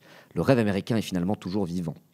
Car dans la bascule fasciste, et moi je trouve que c'est ça le terme qui est intéressant, c'est pas la première fois qu'il l'utilise, mais le fait que, les termes sont dits, car dans la bascule fasciste en cours aux États-Unis, cette victoire est une source d'espoir incroyable et une inspiration pour la gauche qui ne renonce ni à ses valeurs, ni à gouverner pour changer la vie des gens maintenant. Puissions-nous méditer les leçons qu'il nous enseigne. Et donc ça fait quand même un communiqué de Marine Tondelier qui ne parle ni d'union de la gauche, ni de primaire. Ouais, c'est ça. Ouais, donc qu'est-ce qui se passe avec Marine Tondelier? Ouais, et puis le message, c'est aussi que il n'y a pas de compromis possible avec ceux qui initient cette bascule fasciste ou ceux qui la concrétisent. Donc en fait, c'est une volonté de radicalité assumée, mais qui a équilibré avec ni à gouverner pour changer la vie des gens maintenant. Donc il y a quand même, en gros, la gauche doit rester entre guillemets. Il y a le côté constructif et responsable parce qu'il faut qu'elle aspire à gouverner. Oui, il faut que ça soit quand même cette gauche de gouvernement. Il ne faut pas juste être dans l'opposition qui n'a pas vocation à gouverner, quoi. Ouais. Alors, mais après, ça reste un tweet. Je partage ton avis et en même temps, j'ai l'impression qu'elle essaie de trouver quand même le petit point de bascule, c'est-à-dire qu'elle essaie de valoriser, de faire une éloge de la radicalité en disant en fait c'est la seule réponse possible à tous ceux qui nous amènent vers le fascisme ou vers une art fasciste. Et en même temps, il ne faut pas renoncer à gouverner. Et donc, dans cette petite phrase-là, il y a aussi attention, radicalité, oui, mais raisonnable. Finalement, ça ne parle pas d'union, et ça reste quand même du Marine Tondelier, c'est-à-dire la ligne n'est pas forcément très très claire. Ça essaye un peu de ménager la chèvre et le chou, et de toute façon, la position qu'elle occupe dans la gauche française, qu'elle assume. C'est même comme ça qu'elle a gagné en interne au Parti écologiste, en disant il y a la team Jadot, il y a la team Rousseau. Moi, je m'en fous, vous arrêtez de vous disputer. Maintenant, c'est moi la chef, et je serai la synthèse. Ouais, c'est ça. Et donc là, on voit aussi un peu ce truc-là de Marine Tondelier qui essaie de se présenter presque un peu comme la synthèse, le trait d'union de la gauche française. Et effectivement, la gauche qui ne renonce ni à ses valeurs, oui certes, mais ni à gouverner. Bon, on ne sait pas trop ce que ça veut dire, mais bon, du coup, c'est du Marine Tondelier assez classique. Mais j'ai trouvé le communiqué différent de celui de Clémentine Autain parlait de la primaire. François Ruffin a parlé de la primaire, sachant que c'est 2 qui sont dans le groupe écologiste par ailleurs à l'Assemblée nationale. Marine Tondelier n'a pas parlé ni d'union ni de primaire, donc je me disais que c'était aussi intéressant de lire son tweet et essayer de comprendre ce que ça voulait dire et de voir un petit peu les différents sons de cloche qu'il y avait à gauche par rapport à Zoran Mamdani. J'ai vu moins de communiqués du Parti Socialiste. J'en ai vu un petit peu moins. Ouais. C'était des félicitations assez sommaires finalement, sans dire forcément inspirons-nous de Zoran Mamdani, parce que évidemment le Parti Socialiste français, et surtout actuellement avec les discussions budgétaires dont on a parlé juste avant, n'est pas vraiment en position pour se réclamer de l'école Mamdani. Hein. Ah non, c'est clair. J'ai juste vu un tweet de Olivier Faure, mais qui disait pas grand-chose, qui partageait une photo de Mamdani en disant let's go, je sais pas quoi. Mais c'est tout, quoi. Enfin, c'est vrai qu'à part ça, il n'y avait pas particulièrement d'analyse, mais ce sera peut-être à suivre dans les interviews qui vont suivre dans les jours prochains. Probablement. À voir. On risque de continuer à parler de Mamdani un petit peu à l'avenir. Alors, du coup, il faut enchaîner parce que j'ai vu qu'il était déjà 12h30. Toi, tu peux dépasser de combien de temps à peu près? Petite demi-heure. Petite demi-heure, donc il nous resterait 1 heure. Ouais, ça va aller un peu plus vite que prévu sur notre dernier sujet, alors qu'il y a plein de choses à dire. Mais là, voilà, je me doutais que pour Mamdani, ça allait prendre un petit peu longtemps. C'est pas grave, en vrai, c'est Twitch, c'est aussi l'intérêt d'être sur Twitch, de pouvoir un petit peu improviser, prendre plus de temps sur un truc, moins sur un autre. C'est pas grave, c'est très bien. Donc je te propose de passer à la suite. Et là, on va parler. Le poulet arrive, j'ai envie de dire. On va parler de la droite maintenant, et de la droite raciste, islamophobe et totalement zinzin qui voit en Zoran Mamdani évidemment la marque des frères musulmans, comme par exemple Florence Bergeau-Blaclair. Donc je te propose de commencer. Déjà, on va regarder Fourest en liberté, directrice de la rédaction de Franc-Tireur. Donc c'est un petit extrait de son passage chez LCI hier, où du coup elle a dit le portrait qui fâche de Zoran Mamdani. Et en fait on va aller toujours un cran de plus dans la zinzinerie. Et pour vous dire, on commence avec Caroline Fourest. Hein. Donc c'est que ça va aller très très loin dans la zinzinerie cette histoire. Donc voilà, Caroline Fourest du magazine Franc-Tireur, où il y a aussi Raphaël Enthoven, etc. dedans. C'est toute cette team-là qui se disaient de gauche il n'y a encore pas si longtemps, mais qui se disent nous on est vraiment républicains, universalistes, laïcs, très très laïcs. Et c'est une façon un peu polie et détournée de dire on déteste les musulmans. C'est vraiment l'obsession islamophobe avec cela. Et évidemment, Franc-Tireur et Caroline Fourest, du coup, ont attaqué Zamdani. Comme quoi, le portrait qui fâche, ils appellent ça comme ça. Comme quoi, c'est un islamiste en fait qui ne dit pas son nom. Et même le mot frère musulman, évidemment, a été lâché. Voilà, Zoran Mamdani se verrait bien devenir le premier maire musulman de New York. Problème, sa proximité avec les mouvements fréristes est de nature à galvaniser la droite trumpiste. Bon, galvaniser la droite trumpiste, c'est pas comme s'ils avaient besoin de ça pour être galvanisés, premièrement. Et les mouvements fréristes, alors déjà, petite précision, déjà Zoran Mamdani, c'est un musulman chiite. Et les frères musulmans sont sunnites. Donc il y a un lien qui soit dirigé par les frères musulmans derrière.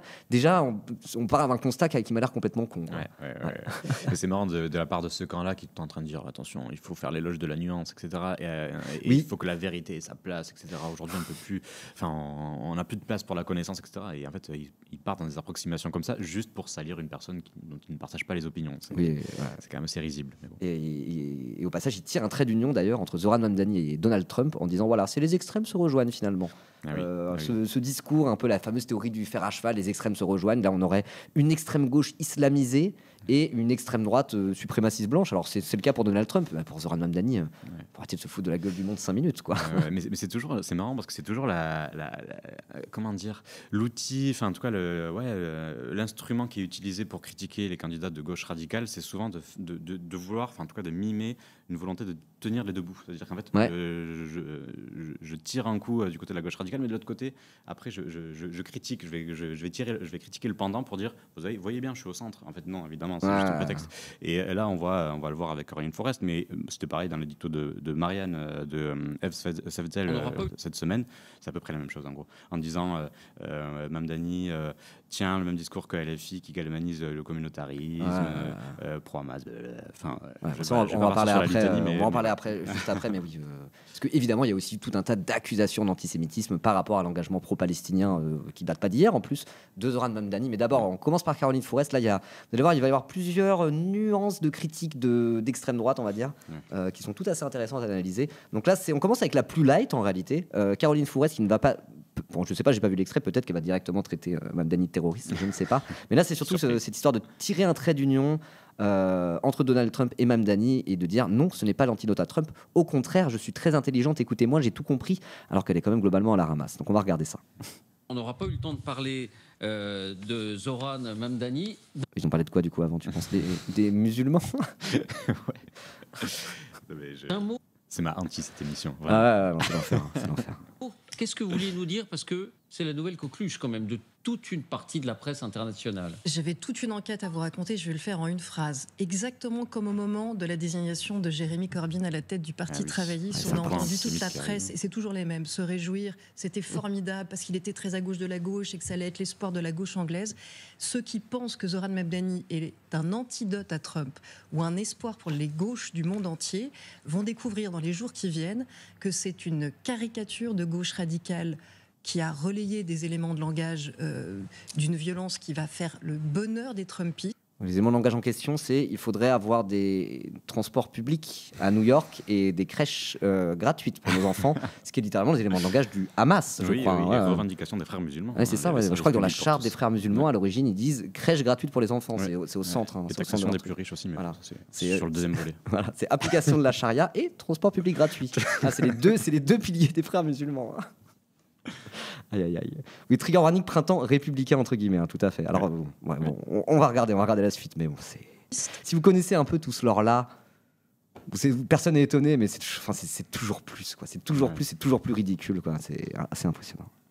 Que c'est quelqu'un qui a fondé dans sa propre université une antenne qui y a participé de Students for Justice in Palestine, qui fait partie de ces organisations pro-Hamas, proches des frères musulmans, qui vont encore une fois là aussi. Les frères musulmans aux États-Unis, c'est nouveau ça. Je sais pas, moi je n'ai jamais entendu parler des frères musulmans aux États-Unis. Les frères musulmans à la base c'est surtout en Égypte principalement, en Libye aussi je crois, en Syrie. Et j'oublie un des pays où ils étaient le plus implantés, où il y avait réellement des partis affiliés, mais aux États-Unis les frères musulmans c'est nouveau ça. Je connaissais pas. Régaler la droite trumpiste, c'est quelqu'un qui est très sympathique en apparence, il sourit beaucoup, mais le journalisme c'est pas de se contenter des sourires, des éléments de communication. Sinon Jordan Bordella est un jeune garçon sympathique et on s'arrête là. C'est exactement la même chose quand on dit Zoran Mamdani est un jeune garçon sympathique et on s'arrête là. Allez chercher, regardez les idées de qui il s'entoure, quelques vidéos où il a tenu des propos extrêmement graves, où il a beaucoup menti aussi. Je vous assure, je pense que Donald Trump a une bouteille de champagne dans son frigo en attendant la victoire de Zoran Mamdani. Ça va même l'aider pour les midterms. Ce que je comprends pas, c'est que la droite républicaine et trumpiste a appelé à voter pour le rival de Mamdani déjà. Il a appelé à voter pour Cuomo. Donc si vraiment c'était le meilleur ennemi de Trump, il n'aurait pas appelé à voter Cuomo, etc., etc. Oui. Et il n'y aurait pas tout un tas de milliardaires américains, parfois même proches de Trump, qui ont activement et financièrement participé à la campagne contre Mamdani. Donc je veux dire, le travail de journaliste, c'est pas juste se contenter des sourires, mais c'est parfois aussi d'utiliser son cerveau. Et là-dessus, je suis pas sûr que Caroline Fourest fasse un bon travail de journaliste. C'est clair. Mais surtout qu'en plus, c'est marrant parce qu'elle dit vous allez voir, vous allez découvrir que derrière les sourires, il y a des propos. Oui, mais cite-nous les propos. Vas-y, donne-nous des éléments concrets. Elle ne le fait pas. Et t'as l'impression que c'est une espèce de procès d'intention comme ça, de procès lié au faciès, je pense. Oui, clairement, évidemment. C'est du racisme, on peut le dire. C'est évidemment pas assumé, mais c'est clairement ça. C'est en fait le profil est suspect. Vous allez bien voir ce que vous allez voir.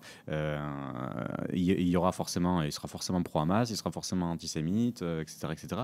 C'est ce qu'on voit derrière tout ça. Et tout ça n'est pas comment dire amené avec des arguments. Et il y a aussi le côté sur son parcours universitaire. Alors, il parle de la branche qu'il a pu créer, etc. Mais il y a aussi et surtout, j'imagine, la question des études décoloniales qu'il a pu mener. Oui. Et en fait, il voit ça forcément comme suspect. Post-colonial, pardon. Et donc en fait, c'est ça. En fait, il a la carte du suspect parfait pour le printemps républicain. Exactement. Et pas besoin d'arguments pour ça. On balance des choses comme ça. Voilà. Alors après, elle n'a pas axé sur c'est un communiste, c'est un bolchevique. Il y en a d'autres qui le font. Elle, c'est vraiment sur l'islam, quoi. L'islam et aussi un petit peu l'antisémitisme. D'ailleurs, on peut en profiter pour parler de ça maintenant. Mais avant, tiens, pour prolonger ça, je te propose de lire ce communiqué. Non, ça c'est un tweet pour le coup, c'est pas suffisamment officiel pour appeler ça un communiqué. Ce tweet de Florence Bergeau-Blaclair, donc qui est une chercheuse au CNRS, si je dis pas de bêtises, qui est vraiment dans l'obsession islamophobe et dans le complotisme anti-frères musulmans. Elle le sert à toutes les sauces. Et ce qui est assez inquiétant, c'est que cette dame, cette pseudo-chercheuse, cette chercheuse sulfureuse, comme a titré je ne sais plus quelle, je sais plus qui il y a pas longtemps, et ben elle a participé à, je crois que c'était un compte rendu parlementaire, je sais plus exactement l'intitulé, sur les réseaux fréristes en France. Et donc là, quand on voit à quel point elle dit absolument n'importe quoi, c'est quand même super inquiétant ce que ça signifie pour la France. Et puis, elle n'est pas neutre, hein, évidemment, tu l'as dit. Mais moi, je l'ai vu aussi une fois. C'était un meeting que je couvrais pour l'UMA, évidemment. Je n'étais pas un militant, mais où Retailleau et Valls prenaient la parole. Retailleau et Valls dans le même meeting. Retailleau et Valls, ouais. Alors, il n'y avait pas d'échéance électorale. C'était un événement, je ne sais plus comment ils appelaient ça, mais de défense de la République. Enfin, bref, je ne sais plus exactement. C'était au Dôme de Paris. Et justement, le mot d'ordre, c'était défendre la République contre l'islamisme, et elle était là, un grand sage bien sûr, qui venait amener l'intello de la bande. Voilà, l'intello de la bande, c'est dire le niveau global du groupe. Mais elle avait des propos complètement révoltants et outranciers. Ça fait bien longtemps qu'elle n'est plus l'universitaire neutre que certains veulent nous vendre. Ça c'est sûr. D'ailleurs, oui, il y a quelqu'un qui parle de son interview sur Thinkerview, un extrait qui a pop, qui est remonté il y a pas longtemps sur les réseaux sociaux, où elle dit oui, moi j'ai appris à parler arabe, du coup j'ai lu 4 versions différentes du Coran, et oui, les musulmans sont un problème. Donc du coup, il y a le mec de Thinkerview qui commence à lui dire des phrases élémentaires en arabe, mais vraiment lui dire comment tu t'appelles, des choses comme ça. Et galère à répondre, elle est genre elle sort une phrase préconçue. De la même manière que Laurent Wauquiez, à un moment donné, faisait cette strat, il avait appris une phrase en arabe, il avait dit bonjour, je m'appelle Laurent Wauquiez, vive la région Auvergne-Rhône-Alpes. En gros, il avait appris ça en arabe, et du coup, il le ressortait toujours de la même manière, tout s'ouvrir comme ça. Donc, tout ça est vraiment, vraiment ridicule et assez grotesque. Et donc, le fameux tweet en question, vous l'avez peut-être déjà lu sur le chat, LFI. Ce parti proto-islamiste soutient la candidate. Alors déjà, proto-islamiste, c'est même pas islamo-gauchiste, c'est proto-islamiste. On enlève le gauchisme, c'est juste directement des islamistes. Ce parti proto-islamiste soutient la candidature de Zoran Mamdani à la mairie de New York. Un homme connu pour son antisémitisme et ses liens avec les frères musulmans. Rappel, il est chiite, donc normalement, il n'y a pas de lien avec les frères musulmans. Les frères musulmans n'aiment pas trop les chiites, normalement, a priori. Mais bon, elle met n'importe quoi derrière le terme frères musulmans, évidemment. Il est d'ailleurs le candidat soutenu par CAIR, entre parenthèses, frères musulmans. Donc là, on voit très bien déjà, premièrement, la rigueur intellectuelle et déontologique de cette chercheuse de CNRS qui met, pour décrire le CAIR, qui est une association, c'est un peu presque l'équivalent du CCIF, mais de ce que j'ai pu comprendre. Donc c'était le collectif qui a été dissous par Darmanin, le collectif contre l'islamophobie en France, qui a été dissous par Darmanin. Et là, c'est le même genre de truc. C'est un collectif américain qui lutte contre la stigmatisation des citoyens américains musulmans et arabes, en gros. Et elle décrit ça en disant entre parenthèses frères musulmans. Et donc j'ai fait mes recherches, j'ai fait mon travail de journaliste, j'ai bien fait mes devoirs, j'ai bien préparé ce live et j'ai trouvé aucun lien entre les frères musulmans et le CAIR, à part le fait que c'est des musulmans, quoi. Non, mais c'est de l'à peu près, hein. D'ailleurs, on le voit même un peu plus tôt. Un homme connu pour son antisémitisme, oui. Développe. Quel exemple, parce que, à part avoir critiqué la politique de Benjamin Netanyahou, avoir employé le mot génocide, il n'a pas fait grand-chose de plus. Moi, je vois pas ça comme de l'antisémitisme, mais certains le voient comme ça, notamment sur CNews. J'ai vu un édito de, comment il s'appelle, Paul Sugy, je crois, qui dit il a employé le mot génocide, c'est bien une preuve de son antisémitisme. Donc je pense que ça doit être le même genre de raccourci. Mais à part ça... rien à signaler. Enfin, en tout cas, non. Mais pour le coup, c'est un sujet intéressant parce que on le sait, ces procès en antisémitisme pour aller faire taire les voix pro-palestiniennes, on l'explique plus. Ça fait plus de 2 ans maintenant là qu'on se le tape à tout bout de champ. J'ai l'impression que ça s'est un tout petit peu calmé dernièrement quand même pour plusieurs raisons. Déjà, ça commence à être vraiment outrancier et complètement con comme attaque, quoi. Et même franchement dégueulasse. Même Emmanuel Macron s'est fait traiter par l'ambassadeur américain en France d'antisémite. Et Netanyahou a aussi traité Macron d'antisémite. Donc on voit bien que toute cette rhétorique marche de moins en moins bien. Et surtout, quand même, dans l'opinion publique a évolué. Et y compris chez les démocrates américains, ça soutient de moins en moins Israël. En réalité, parce que le génocide à Gaza, on a tous vu ces images. Et aussi tout le travail, évidemment, militant et aussi journalistique des militants pro-palestiniens qui ont fait émerger ce sujet depuis 2 ans, depuis le 7 octobre, déjà avant, mais en particulier depuis le 7 octobre. Donc la situation évolue un petit peu, l'appréciation des démocrates et de la gauche américaine vis-à-vis d'Israël, et aussi des juifs américains, et en particulier des juifs new-yorkais, parce qu'on le rappelle, une des plus grosses communautés juives au monde, c'est à New York. Il y a une grosse communauté juive implantée historiquement depuis des siècles à New York. C'est vraiment juif new-yorkais, c'est presque une identité à part entière. Et sachant qu'il me semble que c'est la 2e ville avec le plus de juifs dans le monde derrière Tel Aviv, si je dis pas de bêtises. Et donc le vote juif, même si alors après on peut pas parler d'un seul vote juif, les juifs ne sont pas un ensemble homogène, ça serait un peu essentialisant de le dire, y compris électoralement, mais quand même il y a cette idée de pour qui vont voter les juifs new-yorkais. Et donc la question de l'antisionisme, il se réclame antisioniste et utilise le terme génocide par exemple. Donc la question d'Israël et de la Palestine, ça compte et ça a été une donnée dans l'élection new-yorkaise en particulier parce qu'il y a une grosse communauté juive là-bas. Et il semblerait que malgré ce que dit Florence Bergeau-Beckler, alors on n'a pas encore les chiffres à peu près exacts, mais en tout cas c'était le cas pendant la primaire démocrate, il y a quand même une bonne partie des juifs new-yorkais qui ont voté en tant que New-Yorkais finalement plus qu'en tant que juifs, parce qu'un juif new-yorkais dans leur identité c'est vraiment des juifs new-yorkais, autant new-yorkais que juifs quoi. Genre c'est vraiment il y a pas plus new-yorkais qu'un juif new-yorkais, on pourrait presque dire, ou que d'autres. Mais et donc au final il y a quand même beaucoup de juifs new-yorkais qui ont quand même voté pour Zoran Mamdani malgré ses positions solides et tout ça sur la Palestine. Donc déjà 2 conclusions, il est peut-être pas si antisémite que ça. Et deuxième conclusion, il faut arrêter de prendre les électeurs juifs pour un ensemble homogène qui ne forcément vont voter que par rapport au discours sur Israël ou pas. Ce n'est pas le cas. Une bonne partie, ou la majeure partie probablement des juifs new-yorkais, votent en tant que new-yorkais sur des problématiques new-yorkaises et ramener tout le temps les juifs à Israël en permanence. Est-ce que ça finirait pas par être un peu antisémite? Madame Florence Bergeau, Blaclair, je pose la question. Ouais, j'aimerais bien la voir répondre, tiens. Et oui, là-dessus, parfois il y en a, ça sort des grandes phrases et derrière. Là-dessus, sur ces sujets-là, ils se retrouvent un peu bloqués, quoi. C'est clair. Et puis, quand on voit le score de Mamdani, près de 50%, je pense qu'il ne le fait pas, comme tu le dis, sans un certain soutien venant de cette communauté-là. Mais comme tu le dis, pas massif, parce que forcément, c'est pas un ensemble homogène. Mais en tout cas, on ne peut pas dire qu'il s'est coupé par sa position de cet électorat. Clairement pas. Et en plus, il a fait aussi campagne pour parfois rassurer les juifs new-yorkais face à toute cette propagande qu'il traitait d'antisémite, pour dire non, moi je ne suis pas antisémite, je m'adresse à vous. C'est pas un sujet qu'il a mis sur le tapis par ailleurs. Il n'a pas dit oh non, c'est bon, arrêtez. Il n'a pas juste dit arrêtez les procès d'antisémitisme. Il a fait des discours auprès de 2 communautés juives new-yorkaises. Il n'y a pas une seule communauté juive à New York, notamment dans un lieu de culte. Je ne sais pas si c'était une synagogue, mais dans un endroit vraiment un lieu juif iconique de New York. Et vraiment, il s'adressait aux juifs new-yorkais. Il a adressé le sujet aussi pour rassurer par rapport à toute cette propagande, quoi. Alors, il y a des milieux où ça n'a pas pris, notamment, je crois que c'était dans les milieux juifs hassidiques, ultra-conservateurs, orthodoxes ultra-conservateurs, où là, ils votent pas trop démocrates. Enfin, ils n'ont pas trop voté pour Zoran Mamdani, mais il y a énormément de juifs new-yorkais, au final, qui n'ont pas été pris à ce petit jeu de l'instrumentalisation et qui ont voté Zoran Mamdani sans sourciller, quoi. Donc, qu'il faut croire à la fin? Florence Bergeau, Blaclair par rapport à ça, ou les juifs new-yorkais? Moi, encore une fois, je pose la question, on a marre de cette histoire. Mais et on n'a même pas fini en plus dans le train de l'horreur là, parce que juste après, je crois qu'on a un édito. Ouais, on a Pascal Pro et Marion Maréchal pour finir en beauté. Marion Maréchal qui a explosé le score de n'importe quoi sur cette séquence. Hein. Alors juste d'abord, avant, je voulais montrer un petit truc qui, bon, normalement. Quand on va regarder la vidéo qu'on va regarder, quand on met ça par rapport à ce qu'a pu dire Florence Bergeau-Blaclair juste avant, comme quoi qu'il était lié au milieu des frères musulmans, sachant que les frères musulmans, en plus dans leur bouche en particulier, c'est vraiment des gens qui se cachent pour faire avancer une cause, et à la fin le but c'est de faire régner la charia partout dans le monde. C'est ce qu'ils disent, quoi. Et donc du coup, quand on regarde qui est Zoran Mamdani et la campagne qu'il a menée, franchement, ça fait pas très frériste cette histoire. Notamment, je vais vous montrer un extrait où il était dans une soirée d'Halloween qui s'appelait la Papi Juice. Donc la Papi Juice, apparemment, c'est un peu une institution. Je me suis renseigné là-dessus. Pareil, j'ai bien fait mes devoirs aujourd'hui. Donc c'est un collectif qui se dit, c'est quoi? C'est QTPOC, donc c'est Queer and Trans People of Color. En gros, c'est un collectif LGBT qui organise des soirées techno et ce genre de choses dans le milieu de la nuit new-yorkaise. Hein, c'est assez connu, quoi.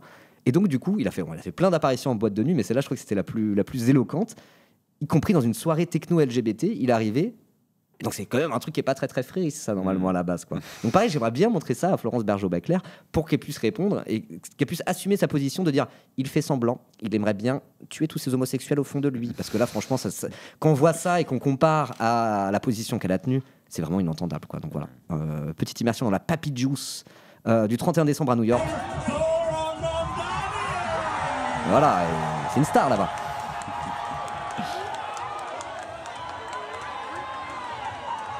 Et voilà, il a aussi beaucoup parlé des droits trans pendant sa campagne, etc.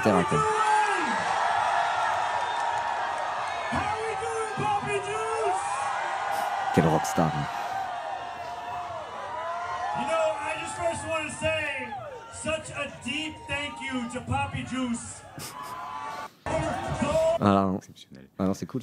Mais ouais, et puis en plus, dans la charia, la musique n'est pas vraiment très ah oui, normalement, oui. Quand c'est dans l'islam rigoriste, normalement, la musique, déjà, t'es pas censé en écouter à part le Coran, et l'homosexualité, pareil. Hein. Enfin, en tout cas, dans la bouche de Florence Bergeau-Blaclair, parce qu'encore une fois, derrière islamiste, on met un peu n'importe quoi très souvent, mais dans sa bouche, c'est ça. C'est en mode, c'est des gens pour laquelle la musique et l'homosexualité est illégale, et donc là, du coup, bon, une soirée techno-LGBT. En tout cas, s'il est islamiste, gros self-control. Enfin, c'est ah oui, celui-là, il est très très fort. Hein. Vraiment, bac plus 8 en taquia. Quand il rentre à la maison, il devait. Il devait grosse tension.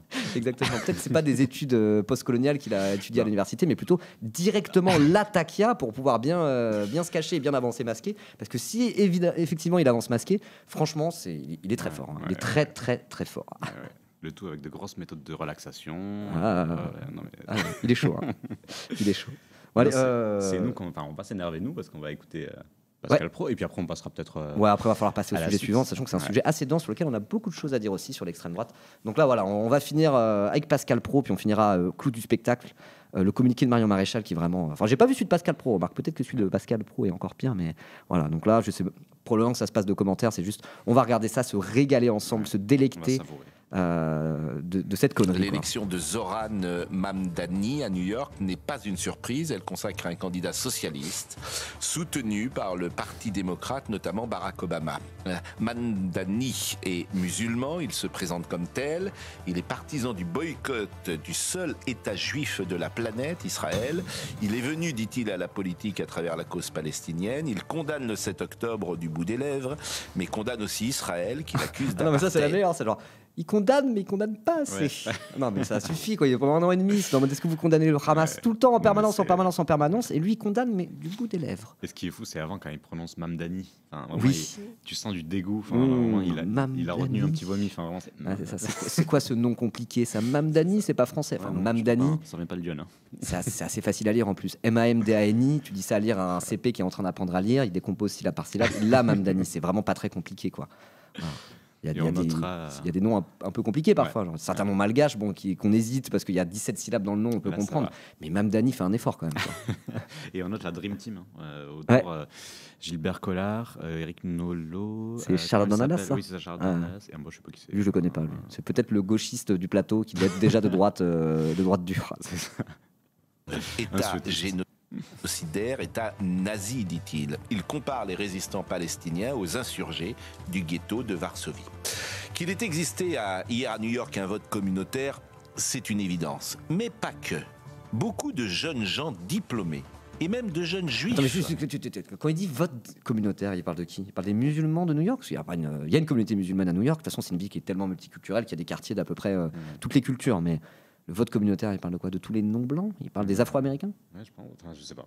C'est un peu bizarre, hein, parce que s'il parle des Afro-Américains, parmi les Afro-Américains, certains les plus vieux à New York, c'est pareil, j'ai lu ça dans le Monde diplomatique ce matin dans le train, un article qu'ils ont sorti dans le dernier Diplo, ils expliquaient dedans qu'en fait, les Afro-Américains new-yorkais de plus de 50 ans n'étaient pas spécialement emballés à la base par la candidature de Mamdani. Hein. Donc on lui dit, c'est normal que le vote communautaire, ça ait marché, hein, voilà, les non-blancs, ils votent tous pour des non-blancs. C'est un mensonge, quoi. C'est vraiment un mensonge.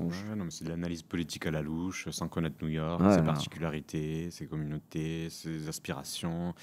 Et puis encore une fois, il y a la volonté d'essentialiser, quoi. Ce que tu disais tout à l'heure sur la communauté juive pour certains, lui il le fait. Il fait une espèce de gloubi-boulga, là, il prend tout le monde, allez, vote communautaire. En gros, c'est dire que les Noirs ils votent pour lui, c'est normal. Mais par contre, qu'il y ait des jeunes blancs et des juifs qui votent pour lui, c'est vraiment qu'ils sont laissés empoisonner le cerveau par sa propagande frériste, quoi.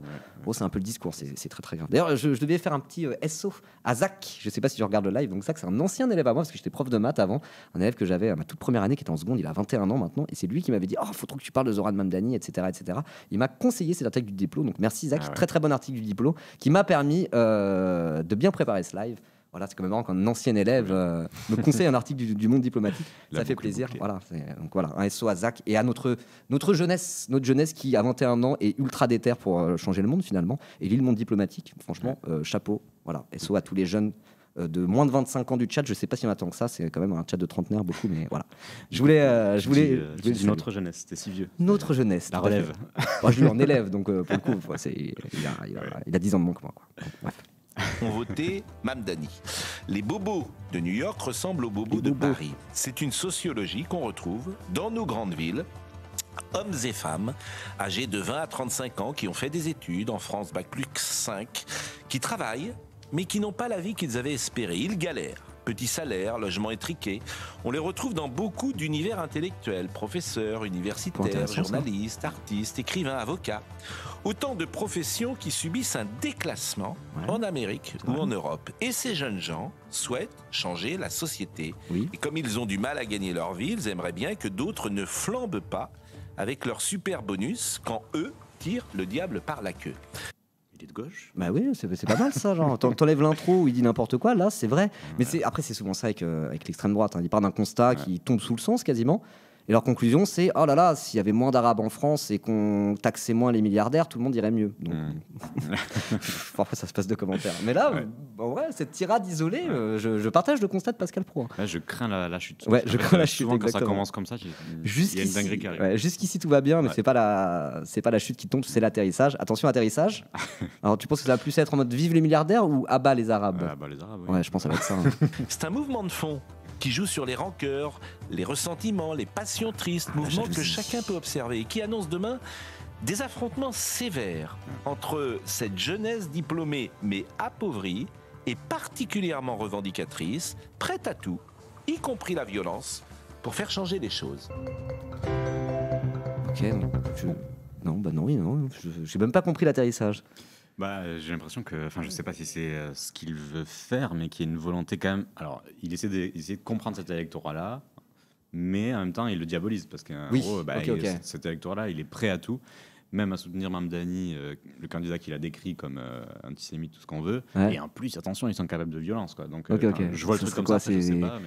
S'il est en train de décrire l'insurrection woke qui monte, qui vient et à laquelle il faut se préparer parce que ça peut mener à la guerre civile. Ouais, j'ai l'impression. Ouais, c'est un peu ça. Il y a ce récit-là, en tout cas. J'ai l'impression d'entendre ça. Allez. Mais c'était pas très anglais là. Je pensais que ça allait être plus raciste, honnêtement. Je pensais que ça allait être plus raciste. Bon, bah écoute. Ouais. Mais alors voilà, justement. Si on va aller dans le paroxysme du communiqué absolument ahurissant, il faut aller du côté de Marion Maréchal. Il faut aller du côté de Marion Maréchal qui, là, a décidé de dire les termes sur Twitter, mais attention, pas les bons termes, des très mauvais termes. Elle tweet, elle se fend d'un communiqué. Donc, elle a mis une photo de Zoran Mamdani. Je pense qu'elle a cherché la photo où il était le moins souriant, donc la pire photo, la photo la plus diabolisante qu'on peut trouver de Zoran Mamdani, déjà, c'est celle-ci. Alors que ça va, il a l'air quand même plutôt sympa dessus, en réalité. Non. Et du coup, elle dit Zoran Mamdani était le candidat soutenu par Rima Hassan, Mélenchon et toute l'extrême gauche réunie. Ça fait déjà 3 buzzwords à la première phrase. 24 ans après le 11 septembre, voilà, le 11 septembre, c'était les Arabes, un peu comme Zoran Mamdani, c'est le sous-entendu. Il vient d'être élu maire de New York avec le même programme de ruine économique que celui de la France insoumise. Donc là, on est déjà sur c'est un Arabe communiste, et c'est 2 choses que je déteste. Voilà.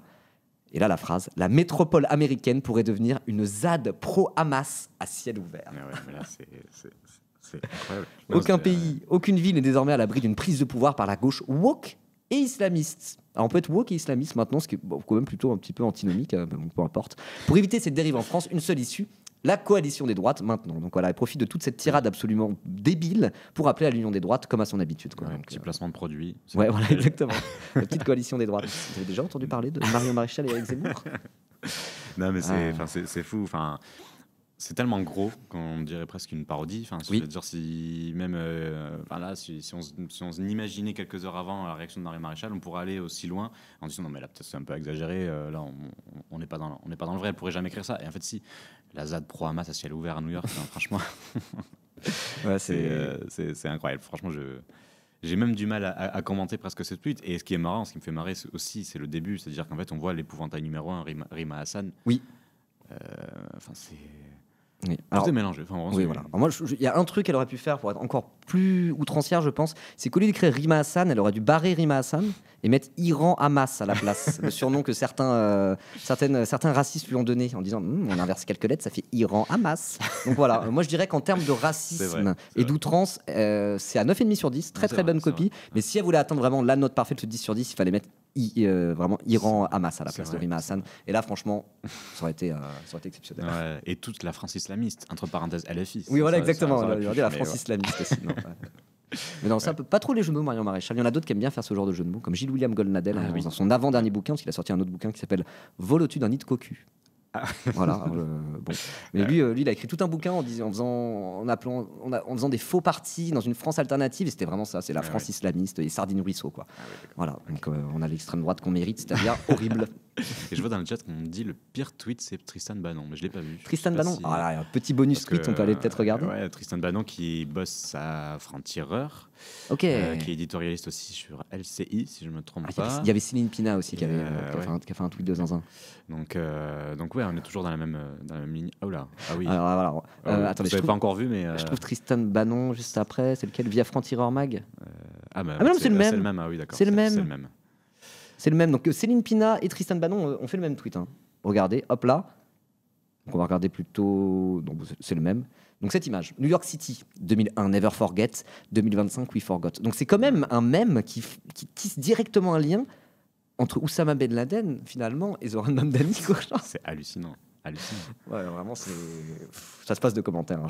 Je pense qu'on peut finir là-dessus. Hein. Non, mais, et encore une fois, ça vient du camp qui prône la nuance et l'intelligence collective, etc. Et il te balance des...